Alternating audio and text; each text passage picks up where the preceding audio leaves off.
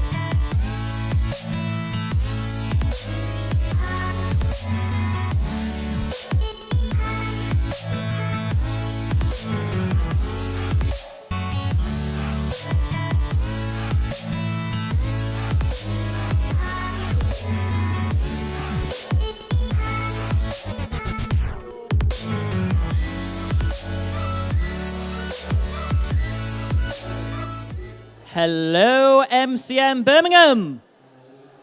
I want to hear a big woo. Hello, MCM Birmingham. People right at the back next to the Mario bus, can you hear me? Give me a wave. No? Leave me hanging, it's fine. That's how it is. But you know what? All of the people here, I'm going to give you some free stuff right now. Now, if you're dressed in cosplay or anything like that, you want to come across to the buzz stage because I have some swag to give away. And it's free. So if you're dressed up, if you're not dressed up, come to the MCM buzz stage right now. I'm going to give you some free stuff. Wow, that is a lot of fairy lights. Oh my, wow. I've just noticed what's hanging behind you. That is amazing. You know what? Because I'm a huge Stranger Things fan. And, do you know, I wanted to say your quote from the new series, but I've just realized on microphone and I can't. But you know what? Because that is just absolutely amazing, and I love Stranger Things. If you haven't realized, Sesame Street Stranger Things t-shirt. But that is awesome. So there you go. They've got a My Geek box. That is awesome. Anything with Stranger Things gets my vote straight away. You know, who's seen Stranger Things? Yeah? A woo! Woo! Yay! Stranger Things! I'm not sponsored by Netflix, honest. All right? But it's a good show. You should check it out. Do we have any other costumers around? Anyone want some free stuff? Does anyone want some lollies? Would anyone like some lollies? Would you like a lolly? Is that Gravity Falls? Yep, you can have a lolly then. Where's the cuddly pig? No, you need to get by your cuddly pig. There you go. There's a lolly, seeing you've dressed as Gravity Falls. Who else? Oh, Deadpool, come on then. You can have a Mr. Bean. There you go. There you go. Enjoy that. There we go. All right, Darth. Lost your helmet? Your wife's got it. Well, how often do you hear that? Tell Padme hi. Spoilers. How we doing? How's everyone doing? Everyone good? Yes, everyone excited to have Virginia here on the stage in a minute? Yeah. Who's excited to talk about some cosplay and charity work? Woo! I wooed for you, don't you worry. Then we have Denise Crosby, and we have Veronica Taylor later on as well. We have a filmmaker who's just been on the Golden Theatre there as well. We've got some amazing stuff to give away. But you know what? I think I need to give away some more stuff. Who wants some Mr. Beans? Do you like a Mr. Bean? Just because you've got big fluffy ears as well, you can have a Mr. Bean. Here you go. If you want some free stuff, you've got to come to the buzz stage. There you go. You can have one as well because you've got fluffy ears. Would you like, you can have a lolly. I've got some lollies here from Cross. There you go. Would you like one as well? Oh, yeah. You can get free stuff. Oh, you can have that giant one there. There you go. How are we all doing? We all having fun at Comic-Con today? Wow. Are we having fun at Comic-Con today? Tough crowd today. Are you worn out already? It's only what? 2 o'clock and you're worn out. Wow. Come have a seat at the buzz stage. It's free. And you get to see celebrities. You get free stuff. And I do shut up at points. I promise. Rarely, but I do.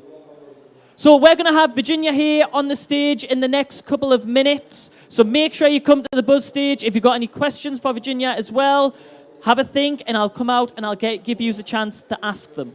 So come to the buzz stage right now.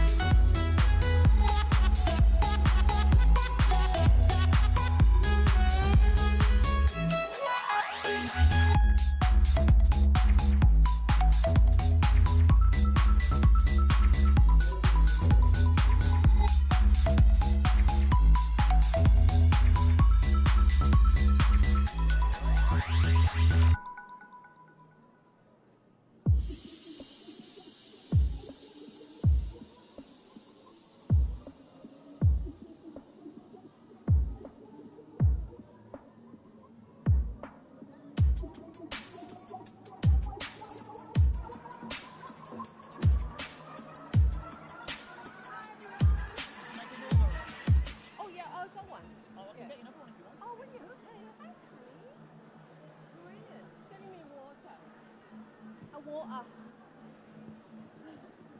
Thanks, sweet. Where's the camera? Oh, there. Hello. Ladies and gentlemen, let's hear for Virginia here.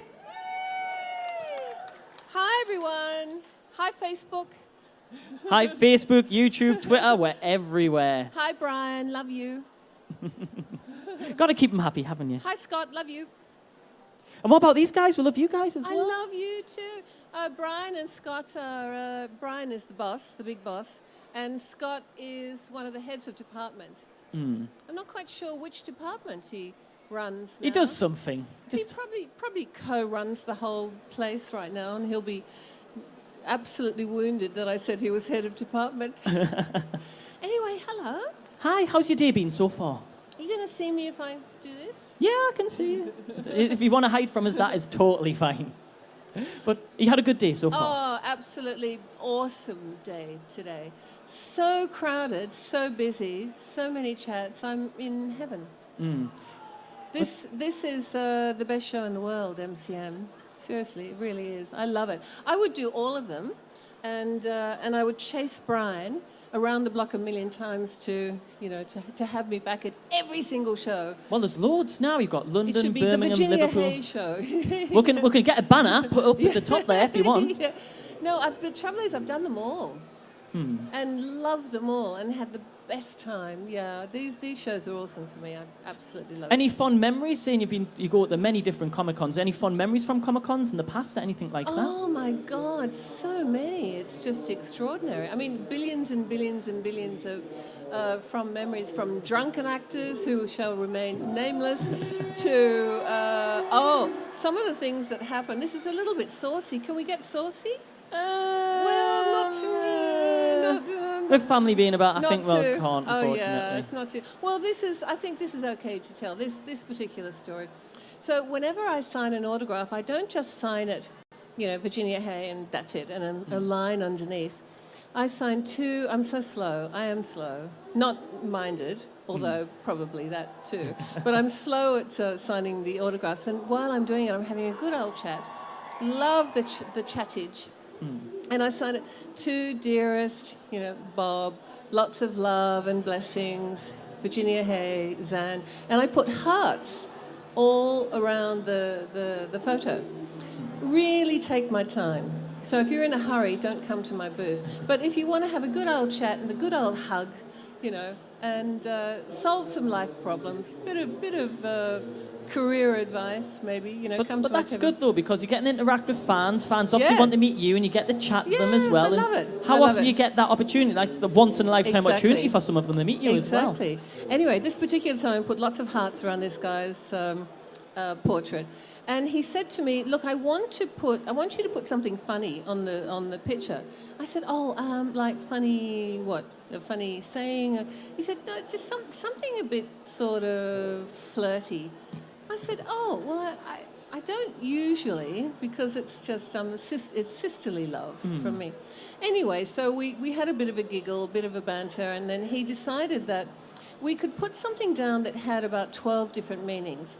So I put down, it was his idea, I put thanks for last night. Now, thanks for last night, you dirty mind. It could be thank you for helping me with my luggage at the hotel, right? It could be, thank you for your help with Finding directions. Finding directions, yeah, it could be something really, really sweet. But of course, it's left to the person, whoever reads it will think something else into it. We thought it was really, really funny because it's actually something really nice, not necessarily something a bit sort of flirty. Off he goes. Next day, cutting a long story short, there's this woman gunning for me, going right, and I thought, she's heading right for me. I thought, oh God, someone's in trouble behind me. Ha ha ha. So I turn around. There's no one behind me, right? It's just me. So she's really heading for me, and she comes flying up to me and she said, I knew there was another woman, and now I've got proof. And I went, no. And she said, my husband didn't come back last night. I went, oh, no. So I said, it was a joke. She said, you may think it's a joke, but not to me. So that was the most frightened I've ever been at a show. And the most kind of hilarious thing that we did, we thought was funny, that really backfired. Yeah. So you just stick to writing hearts now, just to be safe.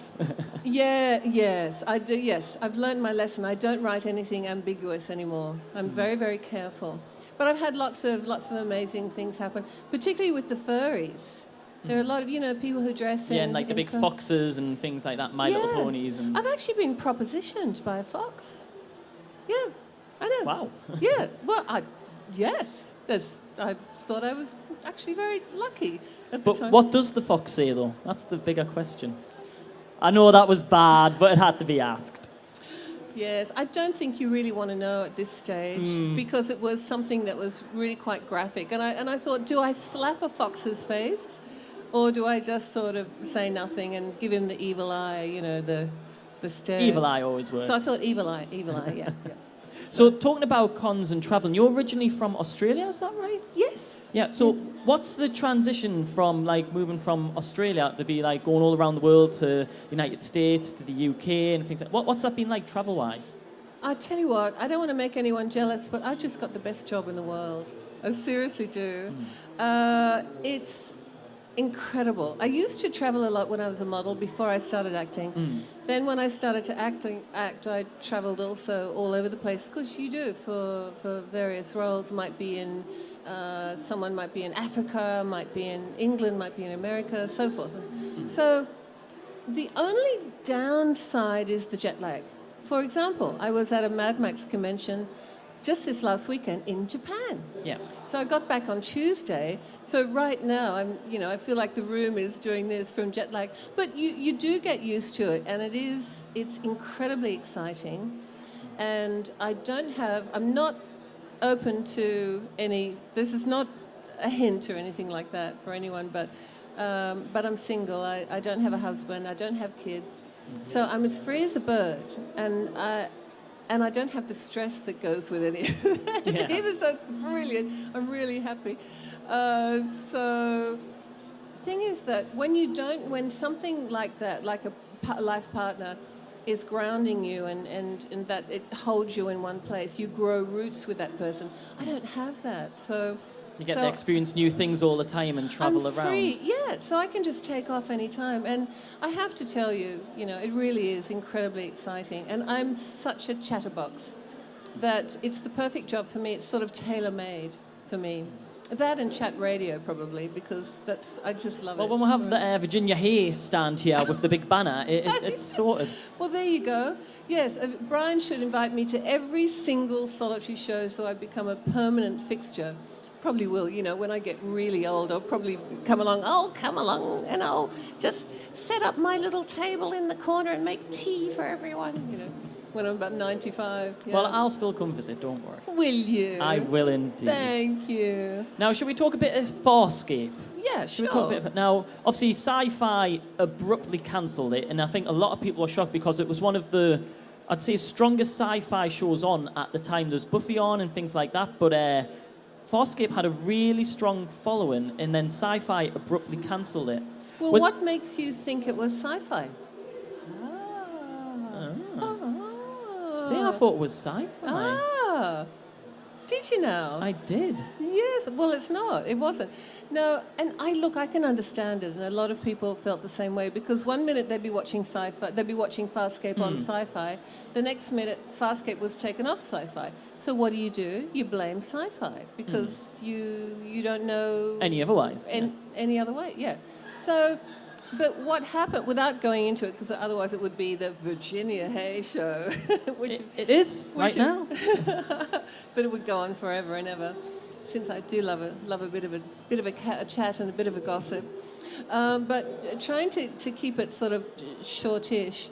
The Jim Henson Company, unfortunately, Jim Henson died and left the company to Brian Henson, which is fabulous, for him. And he wanted to make his new cool mark on the company, and he wanted to show the world that he was stepping it up and taking the Jim Henson Company into a whole new area. Yeah. And that's one of the reasons why he concentrated on Farscape so much, because it gave him the opportunity to show his skill with production, with costuming, with editing, with script writing, every aspect of it. And Farscape was particularly rich in all of those aspects. So it was kind of like, not really showreel, but it was a showcase for him and as the new head of a giant mega company. So after a while, he decides, as a businessman does, for whatever reason, he decides to start culling things and chopping. I guess when you inherit something, even, unfortunately, when your parents die, you have to go in there and sift through stuff, and you find things that aren't any use anymore, but they keep for emotional reasons. Yeah. And there was a lot of that with Jim. Jim had bought tons of things, and many, many years later, it's still there. So it's sort of a long story, but I'm trying to cut it down. So Brian decided to cut out all of the things that were perhaps not necessary, sell some things off. Maybe they had huge, who knows what the taxes and things were like. But he was doing a big cleanup. And along the way, at the end of this process, he had a lot of people wanting to buy the rights. Farscape was #1 show in the world. Yeah. So a lot of people were interested in buying the rights from him. He'd had it for, he still had the rights, but he was the boss of it for 2 years. Yeah. So this giant company swooped in and bought the rights. Not all of the rights, because Brian always kept tight control of creative control. Yeah. Always had the last say. Well, that company, after a little while, then sold it on. They got more offers, inundated with offers, sold it on. The company this is what I understand anyway, the final company that bought the rights, I suppose, this is guesswork from don't take this as Bible. This is Virginia Hay guesswork. But I guess that the shareholders wanted to know why the company was spending something like $10 million per episode and not getting that or more return. So the shareholders start jumping up and down when they're not making enough money. So Farscape was never designed to make money. It was designed as a creative showcase. Yeah. So it made some money, but not a lot, because it was so expensive, double, triple any other show. So it got pulled because the shareholders of this big, giant corporation felt that they weren't making a satisfactory amount, that they could invest that same money. It was just down to figures. They could invest that same money in something else and get a bigger return. So Farscape was working one day, the next minute it went whoop. Just gone. Yeah, so it wasn't sci-fi at all. But I guess sci-fi just sat there and thought, well, why should we defend ourselves? We didn't do anything wrong, and it's good publicity for the Sci-Fi Channel, I guess. Understandable as well. Yeah. So anyway, Brian swooped in and tried to buy the rights back. Of course, this company went, "Oh, goody! Now we really are going to make some big money." And so there was toing and froing going on for about a year. Eventually, the price was right, and he made Peacekeeper Wars. Yeah. That's what happened. So that's the short version. That's the short version. Yes, the long version is about 5 times longer than that, because I love to tell a story. I'm an actor, I love telling stories. So, yeah, sorry about that. And you don't have an opportunity to edit because it's live. It's fine. I was also interested in how things like that come about as well, and it's obviously tough as an actor because you don't have as much control and much say as what's going on. So one minute you could have an acting job, the next minute you could be going to casting somewhere else. Yeah, we have no control. We're just no control at all. So at any moment, you could be the carpet sort of pulled from under your feet. But in a weird way, now I can't speak for every actor in the world, but we are sort of addicted to adrenaline in a way, because it's not exactly a solid job. You're constantly worried about, are you ever going to work again? You know, after your first job, am I ever going to get a second job?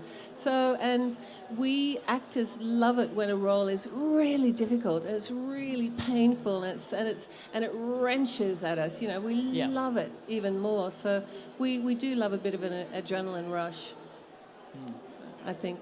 Well, final question, because I'm Yes. just aware of the time as well. Yes, I'm sorry about that. No, it's fine. It's interesting. I love all this sort of stuff. We could talk we could actually carry on Well, talking. what we'll do is we'll just book out a stand next MCM and we'll just have a little show There you thing go. then. We'll just have our own little stand. Just and it have just chats. says talk to me, Yeah, and then I'll be there. that'll work. And it should say chattage. We'll work on the name. We'll get it branded, sorted. We are teasing everybody, by the way. It's not real. Yes, go on. Last question.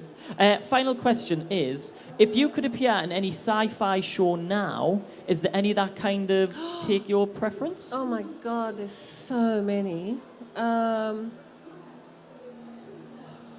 There was a couple that got cancelled. Was it AI? AI, I kind of liked AI. Do you know what? This is a really commercial one. There's two really super commercial. There's lots of Netflix, really dark, interesting ones that I rather like the look of. But I think I would love to be in Game of Thrones. It's not exactly sci-fi, but could be considered in that genre, sort of. Yeah. Game of Thrones as, maybe the Queen's cousin or something mad like that, or a witch would be That'd be fabulous. cool. I would love that, with a big nose. And also, of course, I would love to be in Iron Man as an aging superhero, as an aging one of the guest cast members. Yeah, that'd be You know, cool. a 65-year-old in a cat suit, I think, could look quite cool. Maybe I could start a trend. Yeah, next Comic Con, cat suit, at the chattage stand with us, a little Chattage. private booth. Pensioner. No, pensioner chattage. In a cat suit. Well, I look, think we're really starting something We've, now. we've got something sorted. I We've really got do. something I sorted. really think we do. We'll get on the Brian, we'll get it sorted. There you go. Oh, sorry, Brian, I'm so sorry. Poor thing. Well, unfortunately, we're going to have to cut it there. As much Okay. fun as it's been, but hopefully I'll get to chat to you again at some future con as well. And we can Thank continue you. with a little chattage. Thank you But very let's much. hear it for Chattage. Virginia here. Thank you. Thank you. Thank you. Thank you so much. Thank you.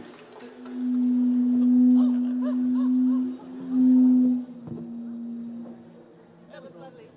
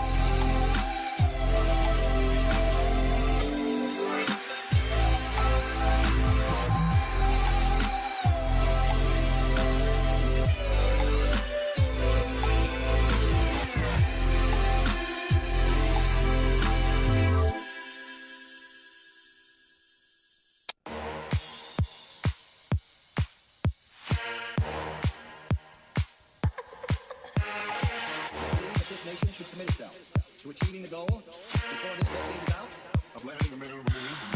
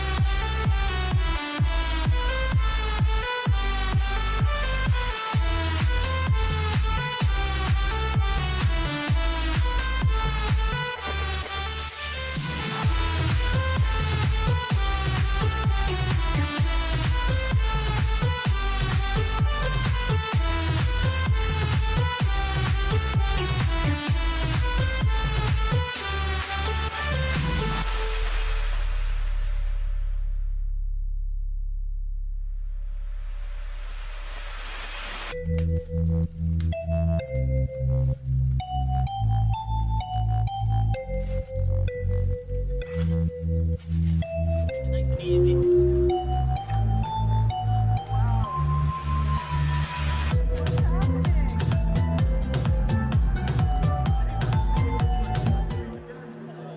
don't mind if I jet lag. Hello, everybody. Let's try it again. Hello, everybody. We've got another special guest on stage, and I want to hear a big cheer. Denise Crosby. Oh, come on. One more time. There we Wow. go. There we go. They're waking up. I've got a minion up my bum here. I don't know what's going on there. Where did that come out of? Would you like a minion? Not after you've touched it. No, I'll put it back then. Right, Put there it we back go. where it came from. How's it going? How's your con been? It has been really terrific. This is huge. I didn't realize that, this was in Birmingham was such a big deal. It's one of Wow. the biggest in the UK. Duh. I didn't know that until I got here. Wow, I'm really impressed. So if you just flew in from the States at all, or? I just flew in, last night. Yesterday evening. Wow. So, forgive whatever I'm about to say. It's really under the duress of jet lag. See, now I can ask whatever I want and maybe we'll find out something interesting. I'd probably name names at this point. I don't know, right? Careful, you've seen what's been going on in the States. Yeah, you know how things get on. Tread lightly. So you've been quite busy today as well. Lots of fans come to see. What's that been like, seeing some of the UK fans and interacting with them? Well, the ones that I can understand,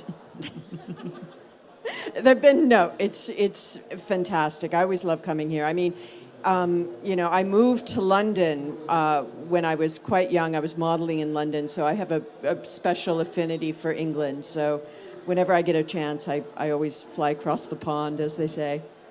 Once you can understand all the accents. Yeah, the accents really, it's so funny, that here we are speaking what I think is the same language.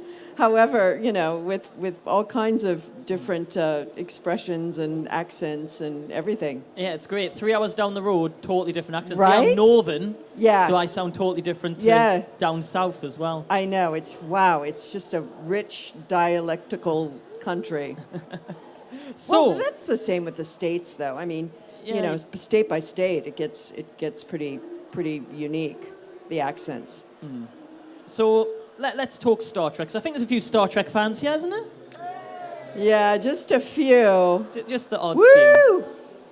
Who loves Star Trek? There we go. So, Katrina Nolan. Please report Uh-oh. to 410 organized someone's in trouble. No, it's Don't not go, us, though. Katrina, don't go. So, the next generation. How did that all come about? Well, there'd been a 25-year gap, and I think that Gene Roddenberry was just waiting for the right set of circumstances in order to have complete freedom and control to enable him to do another Trek. And the timing, was right, and so he took a shot at it. It was, it wasn't a sure thing. It wasn't like an absolute deal that it would work. It was sort of met with some skepticism, to be honest. Yeah, and the fans were not very on board before the show began to air. This is, and understandably, Star Trek, the classic series had, reached iconic, stature. TV show, movies. Yeah, and with their movies, and it was playing every night somewhere in syndication. So people were very protective of their Trek. And, along comes this new generation, and people were going, no, you can't do that. And so eventually, once the show began to air, we sort of won them over. Now, obviously, your character is very strong and independent. Was it good to be playing that sort of character? Because when it was airing, there wasn't very many strong characters, female-wise, on TV. So what was that like, kind of representing women in that way? Wow. I think absolutely it was fantastic to play, a very strong, opinionated, strong physically, strong mentally. But I was always, the thing that always I was looking to do on Star Trek, I was looking for Tasha's vulnerabilities because otherwise it was a very two-dimensional character, I was always looking at where her emotions ran and what her past, what kind of person is that has a past like she did, which was a very difficult, broken one. Yeah. Now, how do you feel when people kind of argue about which is the best Star Trek? Because obviously you've got the original, Next Generation, Deep Space Nine, Voyager, you've got Discovery now as well. Well, do you ever see many arguments between people saying, well, no, I think this one's the best, this one's the best? Do you have a personal preference at all? That's what makes, Star Trek so great, that it's your Star Trek, It doesn't matter which, character or which, episode or which series. It's what you identify with and what you bring.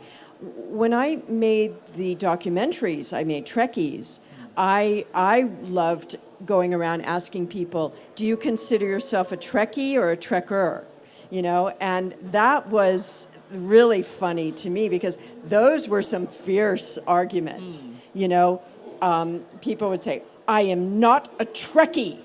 Trekkies are this and I'm not. And you go, oh, really? So it was a lot more fun that way. But I think whatever series you love, it's everything is there for you.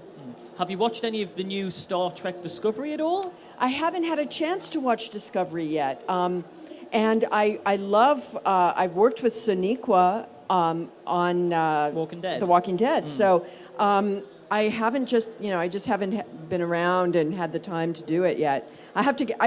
We have to get CBS All Access. I have to buy another station to be able to see it. Well, you're in the UK now, so it's on Netflix. It's on Netflix right now. Netflix in the UK, so if you've got a Netflix account, you're sorted. You can get caught up. I could like jam through it tonight, I'll lend you my account. I'll get you set up and you'll be sorted. You can get caught up. I have a Netflix account, but I don't know if it works the same way here. It will because it picks up your region. So if you're in the UK, Really? you get all of the UK TV, yes. Okay. So watch that tonight. Okay. We'll get back and find out. Okay, right? No, God, now you're going to test me tomorrow. I'll find you on your desk at the bottom there. I'll be like, did you watch it? Right, I know. No, right now I'm in the midst of Stranger Things. Oh, that's what I've been watching on Netflix. I love Stranger Things. Yeah, it's good, right? Would you ever want to appear on Stranger Things maybe somewhere? Oh, God, yeah. I mean, that'd be great fun. I think it's terrific. Yeah. Maybe you can be like number 7 or something like that, one of the test subjects. Oh, yeah, that would be good, right? What powers do you think you'd have? What powers? Wow. Well, I always like the idea of flying, so yeah. That'd be cool. Yeah, I think I'd fly. We'll have to get that going. So guys, get on Twitter, get on the Netflix. Let's get her on season 3, Stranger Things. Have you seen all of season 2 yet? Or? No, I'm still on season 1. I'll say okay? nothing. Yeah, I'm finishing season 1. I'll maybe finish tonight. Now that you're making me watch Discovery, I don't know if I have time, but... Yeah, Stranger Things. You can watch Stranger Things. Then you can watch... Don't bother coming in tomorrow, you know what? Yeah, why sleep, you know? Yeah, don't need sleep. That's the problem with this stuff. You just keep going, oh, I can watch another one. I can watch another one, and then it's like... Well, it's the same with The Walking Dead as well. It's one of those shows that you just get addicted to, and you've just got to watch it all the way through, and sometimes you've got to watch it again as well. I know. I think it's mind control. I think they're, implanting certain things. They've got us all hooked. What was it like working on The Walking Dead? The Walking Dead was great fun. To be honest, I knew nothing about it. I hadn't watched any of the Walking Dead when I was cast, so I did like a binge watch and tried to get up to speed. But everybody was really welcoming and embracing and, just a well-run show. They run a tight set. Did the zombie makeup that you saw and everything like that not kind of freak you out just slightly, like how realistic it is? It was amazing. And I mean, no, it didn't really freak me out because I had seen, the shows. So, and when you're working on set, it's a different feeling than when you're watching something, on TV or watching the movie. That the belief has been, suspended a little bit. So but when you're there on set, it does. As a matter of fact, when Carol at the end of my thing and fight with Carol and she opens the door and the zombies come in, and they start nibbling on me, I started laughing so hard they had to stop shooting because they were making little. Talking about zombies. Get back there! See, how can that?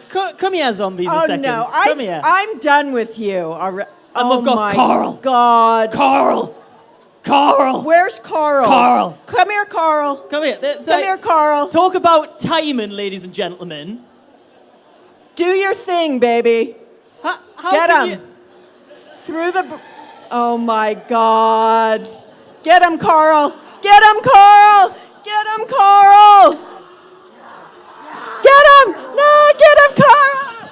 Not Carl. Not Carl. Ladies and gentlemen, with that concludes... No, I'm just kidding. Round of applause for the zombies, my God. Woo. And Carl. And Carl. Wow. Can I pretend I actually planned that? Wow. Is that all right? I feel like I'm at Universal, tours or Halloween. That was awesome. Where's my braid? I don't have my wig on. My heart is actually going 20 the dozen right now, I'm not going to lie. Wow. That was good zombie makeup, man. That was... Greg Nicotero would be very proud of you guys. Yeah, they're all around there. I think we need another round of applause for the zombies and Carl. Come on.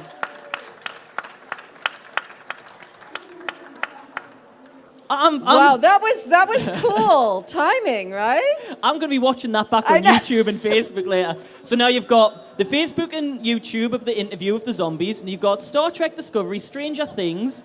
I know. What else can we talk? Oh, Game of Thrones. Let's talk about... Yeah, I can watch that. Well, actually, why don't we talk about a show that's coming back next year that you are also in, The X-Files? Oh, yeah, The X-Files. You were in it twice, if I remember right. Was it twice? Yeah, I was at the tail end of the show, and had it gone on, I would have done more, but they decided to wrap it up at the end there. But that was really quite wonderful to be part of. Definitely. Just talking about freaky things that just came back to us there thinking, oh yeah, The X-Files. I forget too, Absolutely. Now, before we finish off and we can just have a bit of a calm down after that. Wow, I didn't expect to do any acting while I was up here. Wow. But I wasn't thought even acting. I was like, get the minion, throw the minion at them, go back. Thank God Carl was here. Yeah. Wow. But what? That was crazy. Wow, that was cool. That was really good. That's going to be one of those moments you just never forget about. You have an idea where you want the interview to go, how you want it to end, and then just zombies. I'm thinking, they're going to ruin the stand. Oh my God, they're getting the knees. What's going on? Wow. I mean, the timing was perfect. We were talking about the zombies. I could hear them in the background, like, ignore them, it's just someone being silly, and then I turn around, I'm just like, okay. So back to reality, or our version of it. If you are offered the opportunity to maybe have a cameo in Star Trek Discovery or one of the new Star Trek films, would you go back at all? Oh, God, yeah, I would love to. I mean, that would be fun. But to be honest, I'd rather do the Orville. I really hope that I can do a little, cameo on the Orville. The Orville. Yeah, like have you guys seen Trek. it? It's here, yeah, right? Yeah. It's just a little more tongue-in-cheek parody, and I think that would be a little more fun to do. Well, Seth MacFarlane is a big Star Trek fan, and he's pulling back from the Next Generation and Star Trek, and he's like homaging it. Yes. But he's also kind of giving it a new spin as well, Yeah. and I think it's been picked up for season 2 as well. So I'm sure. he wrote a whole Family Guy episode, with the next gen. I think that'd be great to see you on there. Yeah, We need to get this trending. We need to get Denise on the Orville, and then we can say, I did that. Yeah, we did that zombie thing. We could do that, exactly. right? Yeah. If you want to take me along as well, I'll just sit in the background. I'm happy to do that. I'll dress as an alien so no one sees my face, but that'd be great. That works. But unfortunately, we are out of time now, but I think we need the biggest round of applause ever for Denise here. Thank you.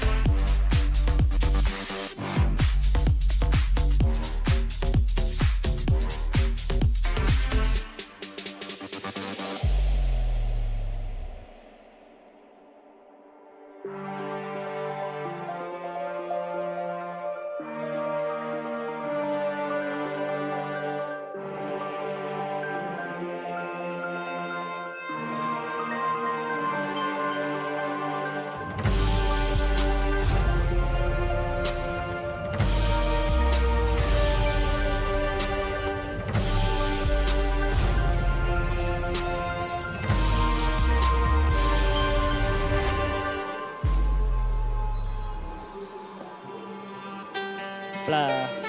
Oh, the mic is on.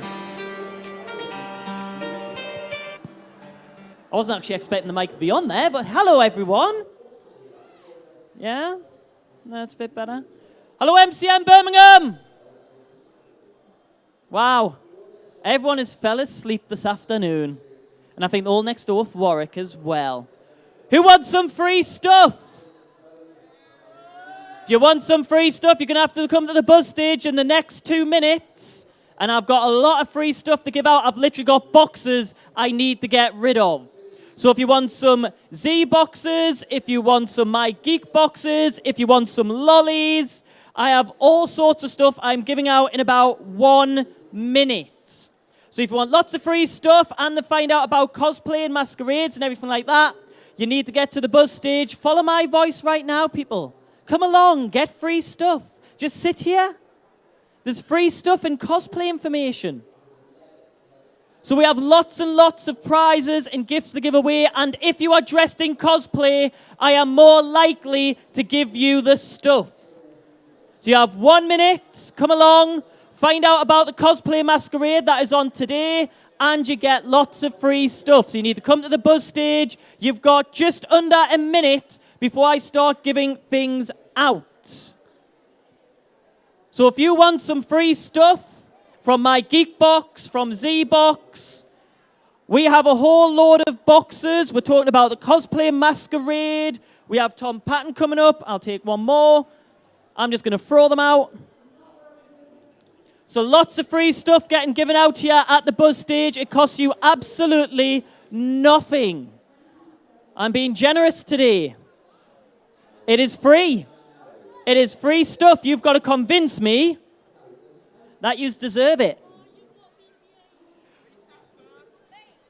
Who wants some free stuff? I have lollies.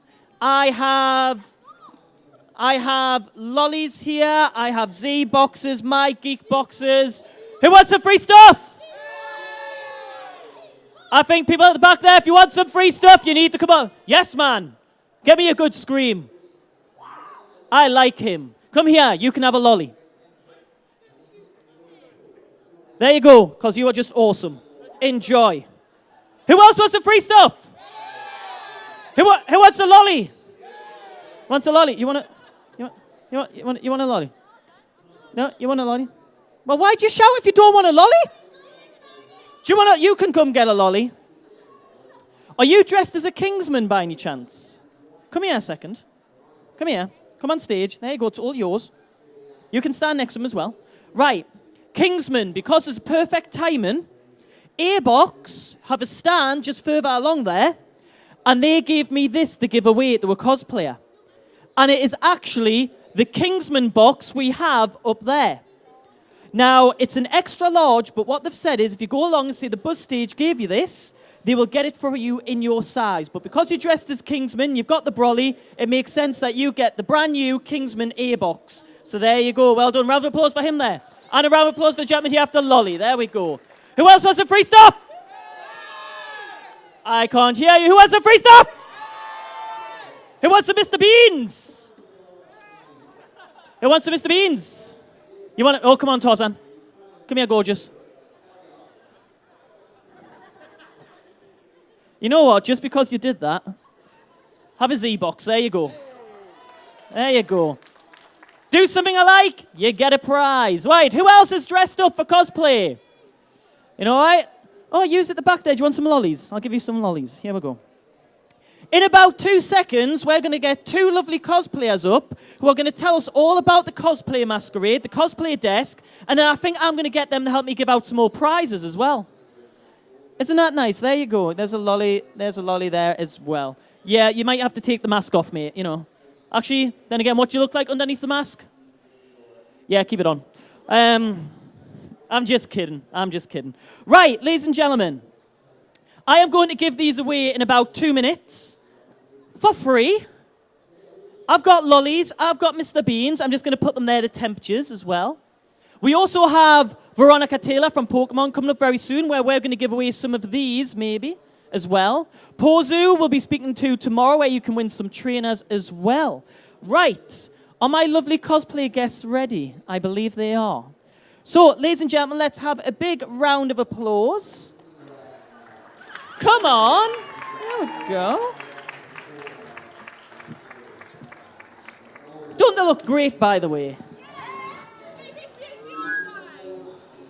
There we go. Have you got your microphones there? Yes. Hello. Yes. They working? They are working. Hi. Hello. How are you doing? We're good, thank you. How is everyone else here as well?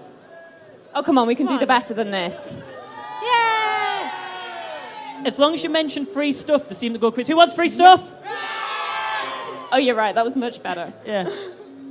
Hi. Wow. Would you like to introduce yourselves first of all? Most certainly, I'll go first. I am Kiyokio Cosplays. I help out at the cosplay desk in the Corsa where we organise the big competition. So if you're going to watch that later, it's at 4 o'clock at the main stage. But yeah, and we do the judging for it. I'm Helen Alice. I also am helping out judging today. I'm quite excited for it actually because this is my first time helping out at an MCM, so it's a big experience. So please come join the audience because I don't want to be put off about this being my first one helping out. So you've got to come and cheer us on. There is literally some amazing cosplays entering today. Oh, We've I'm got so Overwatch. excited. We've got Batman entering. Yeah. Who likes Batman? Who likes Overwatch? Wow. Not many gamers here. It's not Video free games, stuff, so... yay. Yeah. Who likes free stuff? Can we have some of your free stuff to give away? We can bribe them. we can sort something out just for you guys. I don't know, I've already got a Mr. Bean. Did I give you Mr. Bean last time? No, I got one from Stu. Oh, right. I do got you one have a from the Mr. Bean? other I don't time have a get free Mr. Bean. stuff. There you go. I feel so special. Yeah, you're my favourite now. Fantastic. You're not my So, favourite anymore. Go away. I can't. This is my stage. Speaking of, what would you like to ask us? Yes, I want to know. So imagine that I was to dress in cosplay and I wanted to enter a masquerade. What sort of things would I need to do? Because there's two different types of masquerade, isn't there? There is. We like to classify it as posing versus performance. It is both still competitive. So, for example, the posing is, although I think this is a posing costume. So we have rules. It is a competition. Like, take, for example, the Great British Bake Off. You can't enter a bought cake. So you have to make your costume. So we have handmade costumes. You make about 60% to qualify. And yeah, we get loads of things coming in. All your favorites, whatever. So Boku no Hero Academia is really popular at the minute as well, if you know that one. Hero Academia in English. No, who knows? But no, yes, that's the posing. It is mainly craftsmanship-wise. And then we have the performance side of the thing, where it does not require you to make a costume, but you come and you do a skit for us, be it dancing, be it like a reading, be it singing. We do get singers as well. But it's a chance to show your talent. Yeah. Now, it's going to be the first time you're judging. So what sort of things are you going to have to look for? I'm fussy, so I will always just sort of get on my knees and say, do you mind if I just look at the edge of your trousers or flip your seams on your skirt? I really enjoy cosplayers who have made something because I just love to see all the love and the care that they've put into something. So you'll see people in pre-judging who will come by and they'll start explaining the tiniest little detail on their costume, but they get really into it. And it makes me so happy when they're just so excited about the tiniest little detail because they've put all the work and the effort and the love in, and it's just, they've done it really well. I just really like to see people get excited and get happy, and I like to see the passion that comes back for the character in the costumes. Oh, absolutely. Yeah. It's wonderful when you see someone's love for a character. It really shows through. Now, you've made your own outfits there as well, didn't you? So how much work goes into, say, making such big, huge... I already know the answer to this, but how much work goes into making all of these dresses? We are both well-practiced sewers. Obviously, sewing is mainly our forte, so the better you are, the quicker you are at skills. That is just practice makes perfect. So I actually made this in about a week. Wow. Mine was about 2 days, including know. last night. I wouldn't recommend last night as an option for making costumes in, because you will always just be tired on the next day. Yes. No matter what, you'll just be tired. That just always seems to be the case. I always hear cosplayers going, I've got these great ideas, I've got 6 months to the con, I'm going to do this, this, and this. And then if you ever got cosplayers on your Facebook feed, they'll get a photo of them looking drained, working till 3 a.m. on the dress that could have finished like 6 months ago. Well, there's nothing quite like a deadline to get you to move your bumming gear. Yeah. One day they'll learn. One day. So is there any costumes or cosplay you've seen around Comic-Con that have really caught your eye? Anything that's really impressed you at all? saw a wedding aerial. Okay, Disney. I love Disney.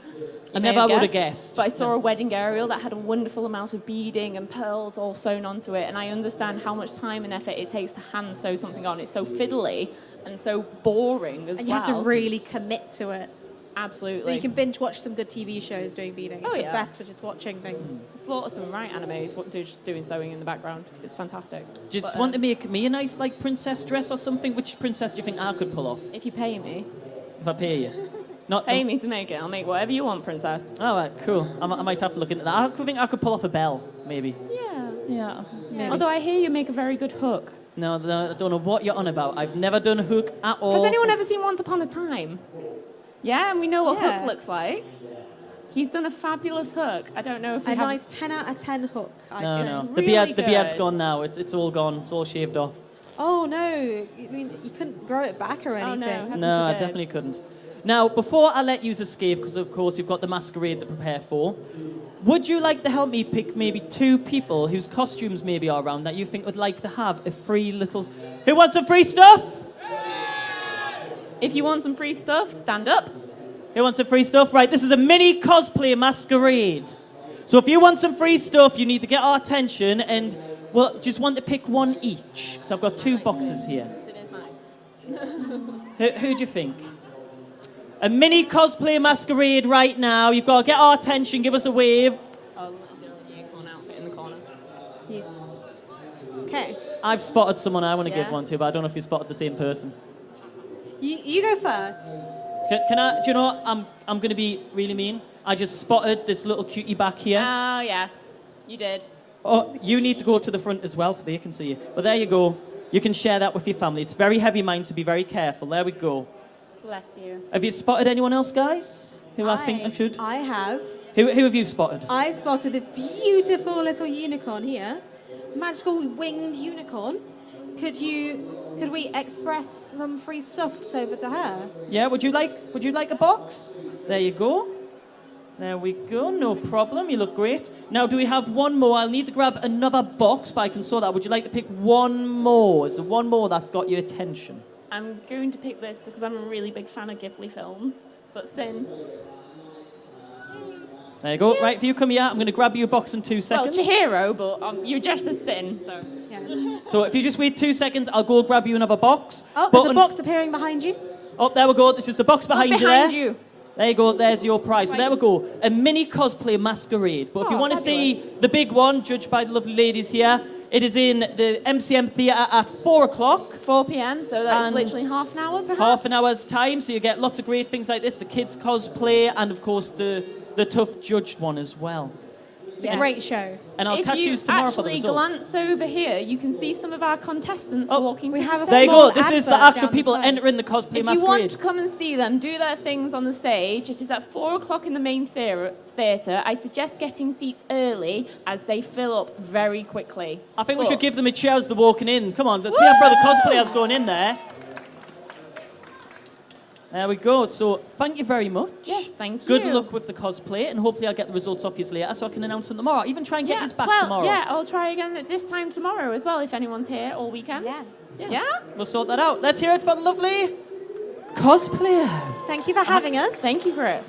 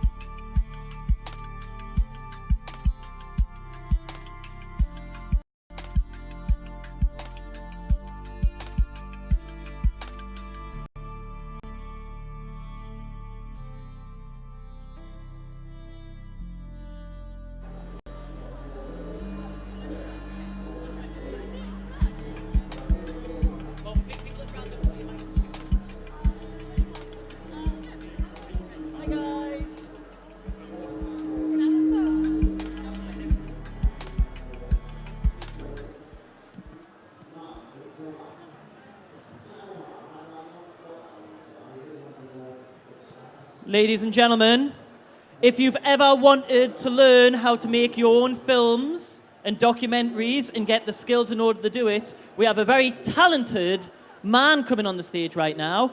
It's Tom Patton.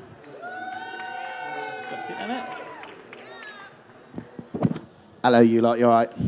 How are you doing? I'm all right, I'm not too bad. Not too bad at all. Good day, busy day? Yeah, it's been good. We did the Black Site panel in the main stage earlier on. I don't know if anybody came and watched that.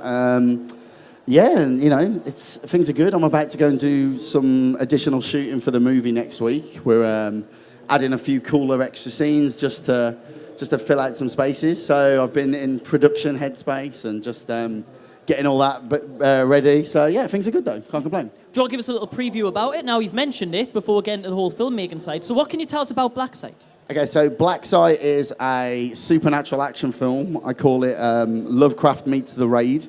But it's a very John Carpenter-esque film as well. I mean, my sensibilities as a director really lie in 80s movies and you know, that sort of, not really in the nostalgia-driven stuff. I kind of see myself as born in the wrong era. Like I really should have been making films in the 80s as opposed to now. But just in terms of how I use the camera and stuff. But fortunately for me, Stranger Things made that cool, and it's helped my career no end. So that's been good. Yeah. Now, am I right in thinking you filmed Black Site all in one place? Is that right? So yeah, we did. We filmed Black Site in 3.5 miles of underground nuclear base, which was just an incredible location to find. You know, each of the tunnels were as wide as this stage that we're in. You know, we're driving our trucks and stuff into this thing, and kind of a weird experience when you know for a fact you're about 50 meters underground to be driving around and stuff. But just a genuinely incredible location that, you know, the script kind of bent to the location as opposed to the other way around, just because it was so cool. So you want to talk about filmmaking. Now that's... Well, they want me to talk about filmmaking, which I'm happy to do, so... No, well, filmmaking is very interesting. Yeah. I've always kind of loved the idea of making a film or something like that. I'd make silly videos here, there, and everywhere, but that's kind of a starting point. Now, how did it all begin for you? Well, it's funny because, you know, just so that people actually think, oh, this guy knows what he's talking about, I might not walk off. The thing is, you just said, you know, hey, I make silly videos, but the funny thing about being a human being in 2017 is that if you've got a phone in your pocket, you are a filmmaker if you want to be. You know, this guy, he knows. So, you know, it doesn't have to be silly videos anymore. You know, you can go out there and you can make theatrical presentations on your iPhone 7S and nobody will tell. And that, I think, is an amazing time to be invested in film and to want to pursue it as a career. But for me, I came around, I've been doing it for 12 years. So I was 20 years old when I started, and I didn't go to university, so no formal education in film. But I was living in Cyprus at the time. I was a holiday rep, you know, eking a living as and where I could. And this thing happened at the time that I think a lot of people didn't pay much attention to, but I felt this could go somewhere, and it was this little website called YouTube, and tiny little thing. And I found, you know what, there's a market here for filmmakers to emerge who could take advantage of this platform and use it to generate money, because I didn't want to get a normal job, right? So I don't want to go and be normal. So I'm like, okay, well, I'm going to teach myself how to be a filmmaker. So I brought a camera, a really cheap one, like £300, mini DV tapes at the time. That was like such a thing of the past now, and to think it was only 12 years ago is hilarious. I think I've got like 7 of them in a drawer somewhere from the stuff like, I've filmed. Yeah, I use them for like weighing papers and stuff down there. But I kind of felt, okay, look, you know, the equipment is there, the ability to edit is there. More importantly, the ability to find an audience was there. I just need to figure out who the hell is going to buy my stuff from me. So I very quickly found nightclub videos, and I started filming live events, and I started finding out, okay, who are the DJs that are going to be big coming up, and I'll go and speak to them now. You know, so you've got to be very sort of forward thinking. Got to be very active about how you approach this kind of thing, and make the opportunity. Yeah, happen. you know, I met little guys like Calvin Harris, and I was like, hey, dude, why don't I make a video for you for 300 quid? And he was like, yeah, I got no money. So we do that, and obviously those guys blow up, and then, so, you know, you're trying to be savvy about who you work with and who you talk to, and, you know, that very quickly became music videos, and I'm always learning on the job, so I'm constantly saying, hey, you know what, somebody's booked me for a green screen music video. I don't even know what a green screen is. That's fine, because there's this thing called YouTube, and every single lesson you need to learn about filmmaking is on there. You just have to be willing to spend the time to teach yourself, right? So, you know, it became, I call it like that whole period for me, from like 2005 to like 2010, I was at the University of YouTube, making money from YouTube.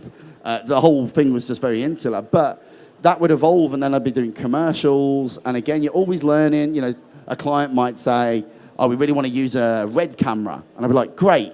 I'll go online and I'll watch a tutorial on a red camera, and then I won't look like an idiot when I've got it in my arms on the set. And so you're always trying to learn and just push things forward. But at the same time, I realized how accessible filmmaking was becoming, you know.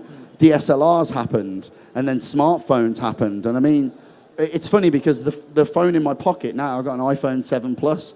That thing is so much more powerful with such a better image than the camera that I was making genuinely decent money off of 10 years ago. And so I felt, you know what, actually, I think there's going to be a big shift in the market here. I think people are going to start to be like, I can make my own content. I can make movies. And I don't want to be the guy that's playing catch-up. I'm going to try and get out in front. And that's exactly what it did. And then a few years ago, I made a movie called Pandorica, which cost about £46,000, you know, not begged, stolen, borrowed. We shot it in a paintball arena in Billericay in Essex. Lovely place. And you know, and then came to put the film out there. And so I was like, right, we can do this. And, you know, on my own, off my own back, we got it a theatrical release in the UK. You know, Empire, Total Film, Guardian, everybody's writing reviews about it. And I took that as a real sign of, you know what, I think I've just pulled it off. And very quickly, I did a second film called Redwood. A guy that was in Buffy the Vampire Slayer emailed me to say he'd watched the first film, he'd love to be in the next one. Is this Nicholas Brendan? Yeah, so I was like, hey, I want to make a vampire film, you interested? He was like, yeah, go on then. So we did that, and then we just sold out Fright Fest this year, and then obviously that's become Blackside. So it's been a very bizarre path for me, but I like to think that I'm a real case study of what anybody can achieve. You can come from, I'm from Birmingham myself, Warsaw actually, you know, and I come from a non-affluent background, and I think I'm case in point that you can pull off filmmaking if you've got the mentality to just pursue it. So it's all about having the kind of right creative idea. It's not necessarily starting out it looking amazing or anything like that. It's getting the idea, getting people watching, showing that if you had more money to get this camera or the lighting and everything like that, it's kind of there, isn't it? You know what my philosophy is? Don't let cameras and lighting and all that stuff hold you back, because, you know, I hear it all the time. It's like, oh, hey, if I'd have had an Alexa, that £100,000 camera, my film would have looked amazing. No, it wouldn't. You're a rubbish filmmaker. It's never going to look good. But I've been to screenings of films shot on iPhones and been just blown away by them. I will say the best tip I can give about making a low-budget film feel expensive is your sound. And it's the one thing that everybody keeps overlooking. They don't pay any attention to it. And it's that one key area that you should approach from the beginning. How am I going to make this sound good? I mean, you've all seen Paranormal Activity, right? That's a film shot on essentially CCTV cameras, but the sound is impeccable, so you buy it.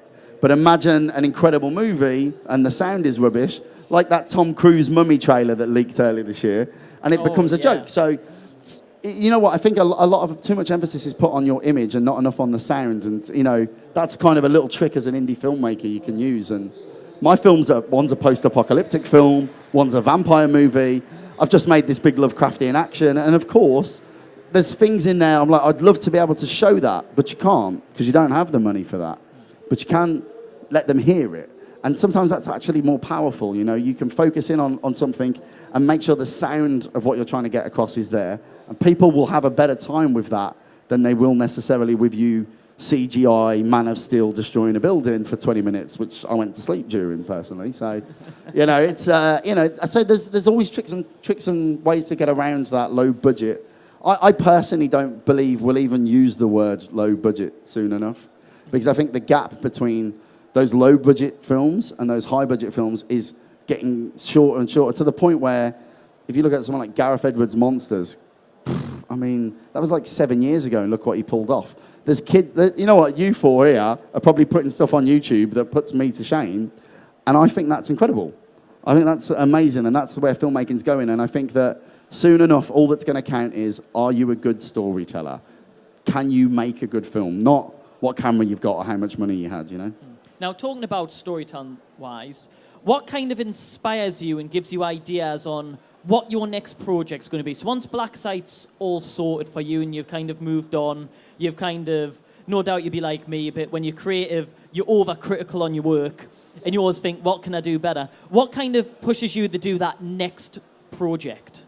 I think the reality of the situation is, it's twofold, right? One, I'm a filmmaker, so I have an innate desire. I want to get up in the morning, I want to tell stories. But also, let's not pretend. I've got such a pet peeve with directors that are like, I'm just in it for the art.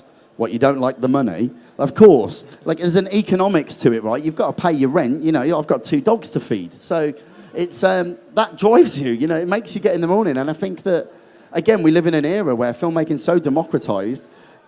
You can be as passionate about getting up and making films and making money as you would if you decided to buy a bar or open a shop. So that, for me, is a motivator, and I don't really respect directors that don't say it isn't, because I think they're lying.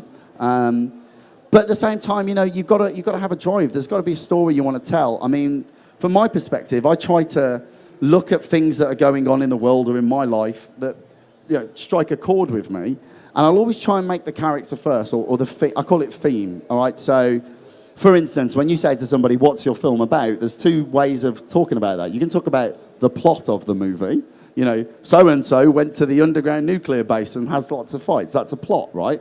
But what is your film's theme? What's the thematic drive? For me, Black Site was, you know, don't believe the labels people put on you. And every character I write comes from that thematic push. So, Ren, the lead character in Black Site, she gets told, you can't do this job, you're not capable, and that's a label that society's put on her, and she spends the rest of the movie proving society wrong, and you need to get that in place. And the other thing you need to remember is, theme is the most important thing, not just for your main character, for every single thing in your script, so every single thing in your film. So if I'm going to, what I do is I'll write, like, for instance, we'll take Black Site again, you know, the theme was don't believe your labels. I write it on masking tape, I stick it on the top of my MacBook, and I remember everything I write from this point forward, everything I edit from this point forward, if it doesn't mean, or doesn't represent some sort of argument for that sentence, delete it. Because it's useless information, the audience won't feel engaged. So, you know, like, all the other characters in the film are a different version of labels, you know. One character's girlfriend's left him because she says he's boring. So that's a relationship label.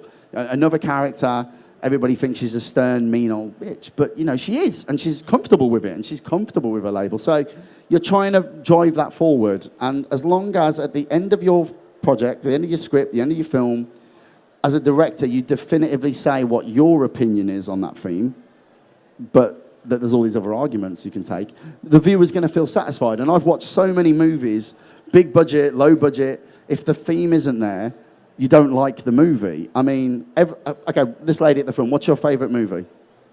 Just pick one of your top 10. Deadpool. I wonder why you would say that. Okay, for instance, look at Deadpool. Deadpool's a film, a comedy. It could just be jokes after jokes, but would it have made 750 million at the box office? I don't think so. Thematically, for me, when I watch Deadpool, this is about a guy being told this is the end of your life and then refusing it. And it's very nihilistic, but that kind of suits the theme. And every single character in that film represents that same argument. The villain is trying to extend his life. The girlfriend, her life's at danger. The X-Men that come in, they're sort of waiting for their lives to begin because they're not out with the other X-Men. The theme is encompassed in every single character, every single plot point, and that's why it's a good movie. But, you can look at a film like, I said it, so I'll keep on hammering it. Like, this year's The Mummy. No theme. What's the theme of that film? Women find Tom Cruise attractive. No shit. I could have told you that already. You forgot the running. If Loads it's of running. not a Tom Cruise film, Yeah, it doesn't he loves run to for run. at least 50% of it. But do you know what I mean? So I think if you look at the movies that you enjoy as a fan and you study them, you'll see all your top 10, they're very, very keen on theme. It's always one sentence. It's very concise. You can encapsulate it straight away if you really think about it. And you feel satisfied, You feel like I walked away, and it doesn't matter if it's a genre movie, a drama, a comedy. You'll walk out of it, and you will feel like you were told a complete story. But if you don't concentrate on theme, if you take that out, all you've got is plot. And I think 5 Transformers films, I can tell you that plot is not that interesting, So No arguments on that one here. So you've got the script, you've got the storyboards, comes up the filming. Do you ever find it tough kind of getting that vision from the storyboard and getting it applied to what you see on the camera at the time? Look, okay, here's a little director's trick. If you ever find yourself directing, every morning you're going to think, what am I doing? Oh, God. But never let the crew see it. You come onto set and you be confident and you make sure that as far as everybody else is concerned, you know what you're talking about. But also, you've got to be comfortable with the fact that, filmmaking is an art form.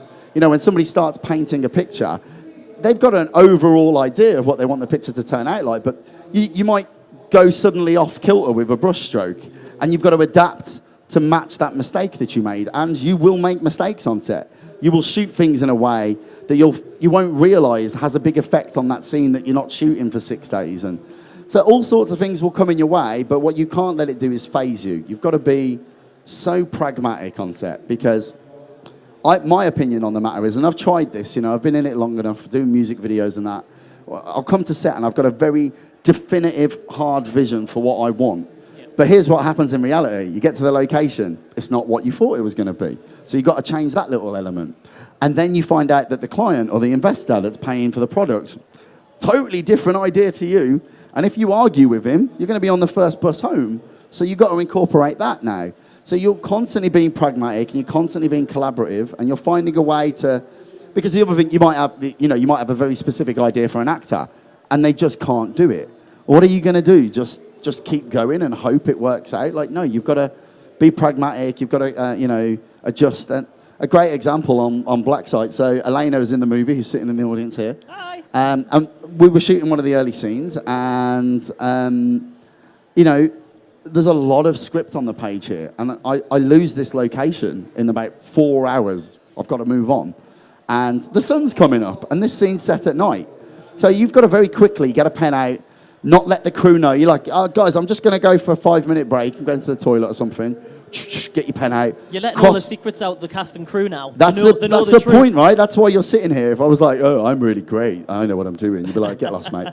Look, the reality is you have to be on your feet on set. You have to be able to make adjustments. You have to be able to do them in a collaborative manner that doesn't upset. And as long as you stick to what I said earlier, as long as you remember the theme, remember what you were trying to say, there's always 20 different ways to say that theme with this scene, We had loads of different dialogue and loads of actions that were supposed to happen. But actually lying her down on the floor and bringing the makeup artist in and putting that in, it said the same thing. And I could get it done in 20 minutes instead of, 3 hours, and that means I was going to beat sunlight. So, you know, you're always trying to adjust and trying to think on your feet. And filmmakers that are rigid, that will not move, they've either got one or two things. They've either got a lot of budget, and respect to them for getting there, because that's hard to achieve. Or number two, they've got no career and they've got no film and they're just bigging themselves up. Because if you're not pragmatic at low budget, it's over for you, you know? Now, one of the things I hate when doing video is the editing process. And I've heard many people say that they've got just so many scenes that are very similar and it's hard to pick one. And I can't remember who it was, but it was a famous director said that usually if you delete your favorite scene, it makes the film work better. Have you ever had that sort of thing happen in the editing process? You know, I think everybody's got a different approach to editing. I mean, one of the things, again, I go back to the University of YouTube, and I can't encourage this enough. There are too many directors that don't know how to edit. They don't even understand the process of it, you know. They're like, oh, I'll finish the film, and I'm going to show back up in 6 weeks and watch a cut. You know, the problem with those guys is they don't really have a vision for what's going on. You know, for me, because I'm an editor and I spent so many years on YouTube learning how to use Adobe, learning how to use After Effects, you know, figuring out how, because at the end, when I started out, you know, I was 21, 22, the crew is me. I've got to do the makeup, I've got to do the editing, I've got to film the thing. So you get very good at all these elements. And I think from a filmmaking perspective, you need to have an understanding of all of it. And there's no excuse not to, because all the information is on YouTube. If you can't give up a week to watch YouTube tutorials, you have not got it in you to make a film, because that's giving up your life for a year. That's like, you know, saying, no, I can't come out this weekend, lad. Sorry. That's like, oh, I'm sorry, wife, I'm not going to be home for dinner.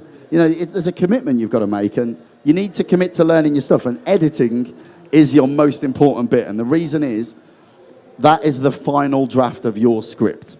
That's the bit where you look at what you had on paper, and then you look at what you got in reality, and you figure out how to make that into that. Because I guarantee you, elements will not line up, and you still need to remember your theme. So even when you're editing, you're trying to keep the scene thematically on point. And if you give it to another editor, and this guy doesn't understand your theme, it doesn't. Maybe it's something important to you. So like, maybe you had a bad boss at work and he treated you bad. So you wrote a film about what makes a good leader. And then you give it to this guy, this editor, and he's been self-employed for 20 years. And he's like, I'm the best boss ever. He doesn't understand your theme. And so if you don't understand the process, how can you guide him to get the theme in place? So I think it's very important to edit. And I do also think I do what's called a butcher cut. So like, I'll edit the film, I like it. Then I'll show it to a load of people and I'll get some notes. I always use this thing called the rule of three. So if one person says it, it's an opinion, you know. I might not agree with it, I might agree with it, but it's an opinion.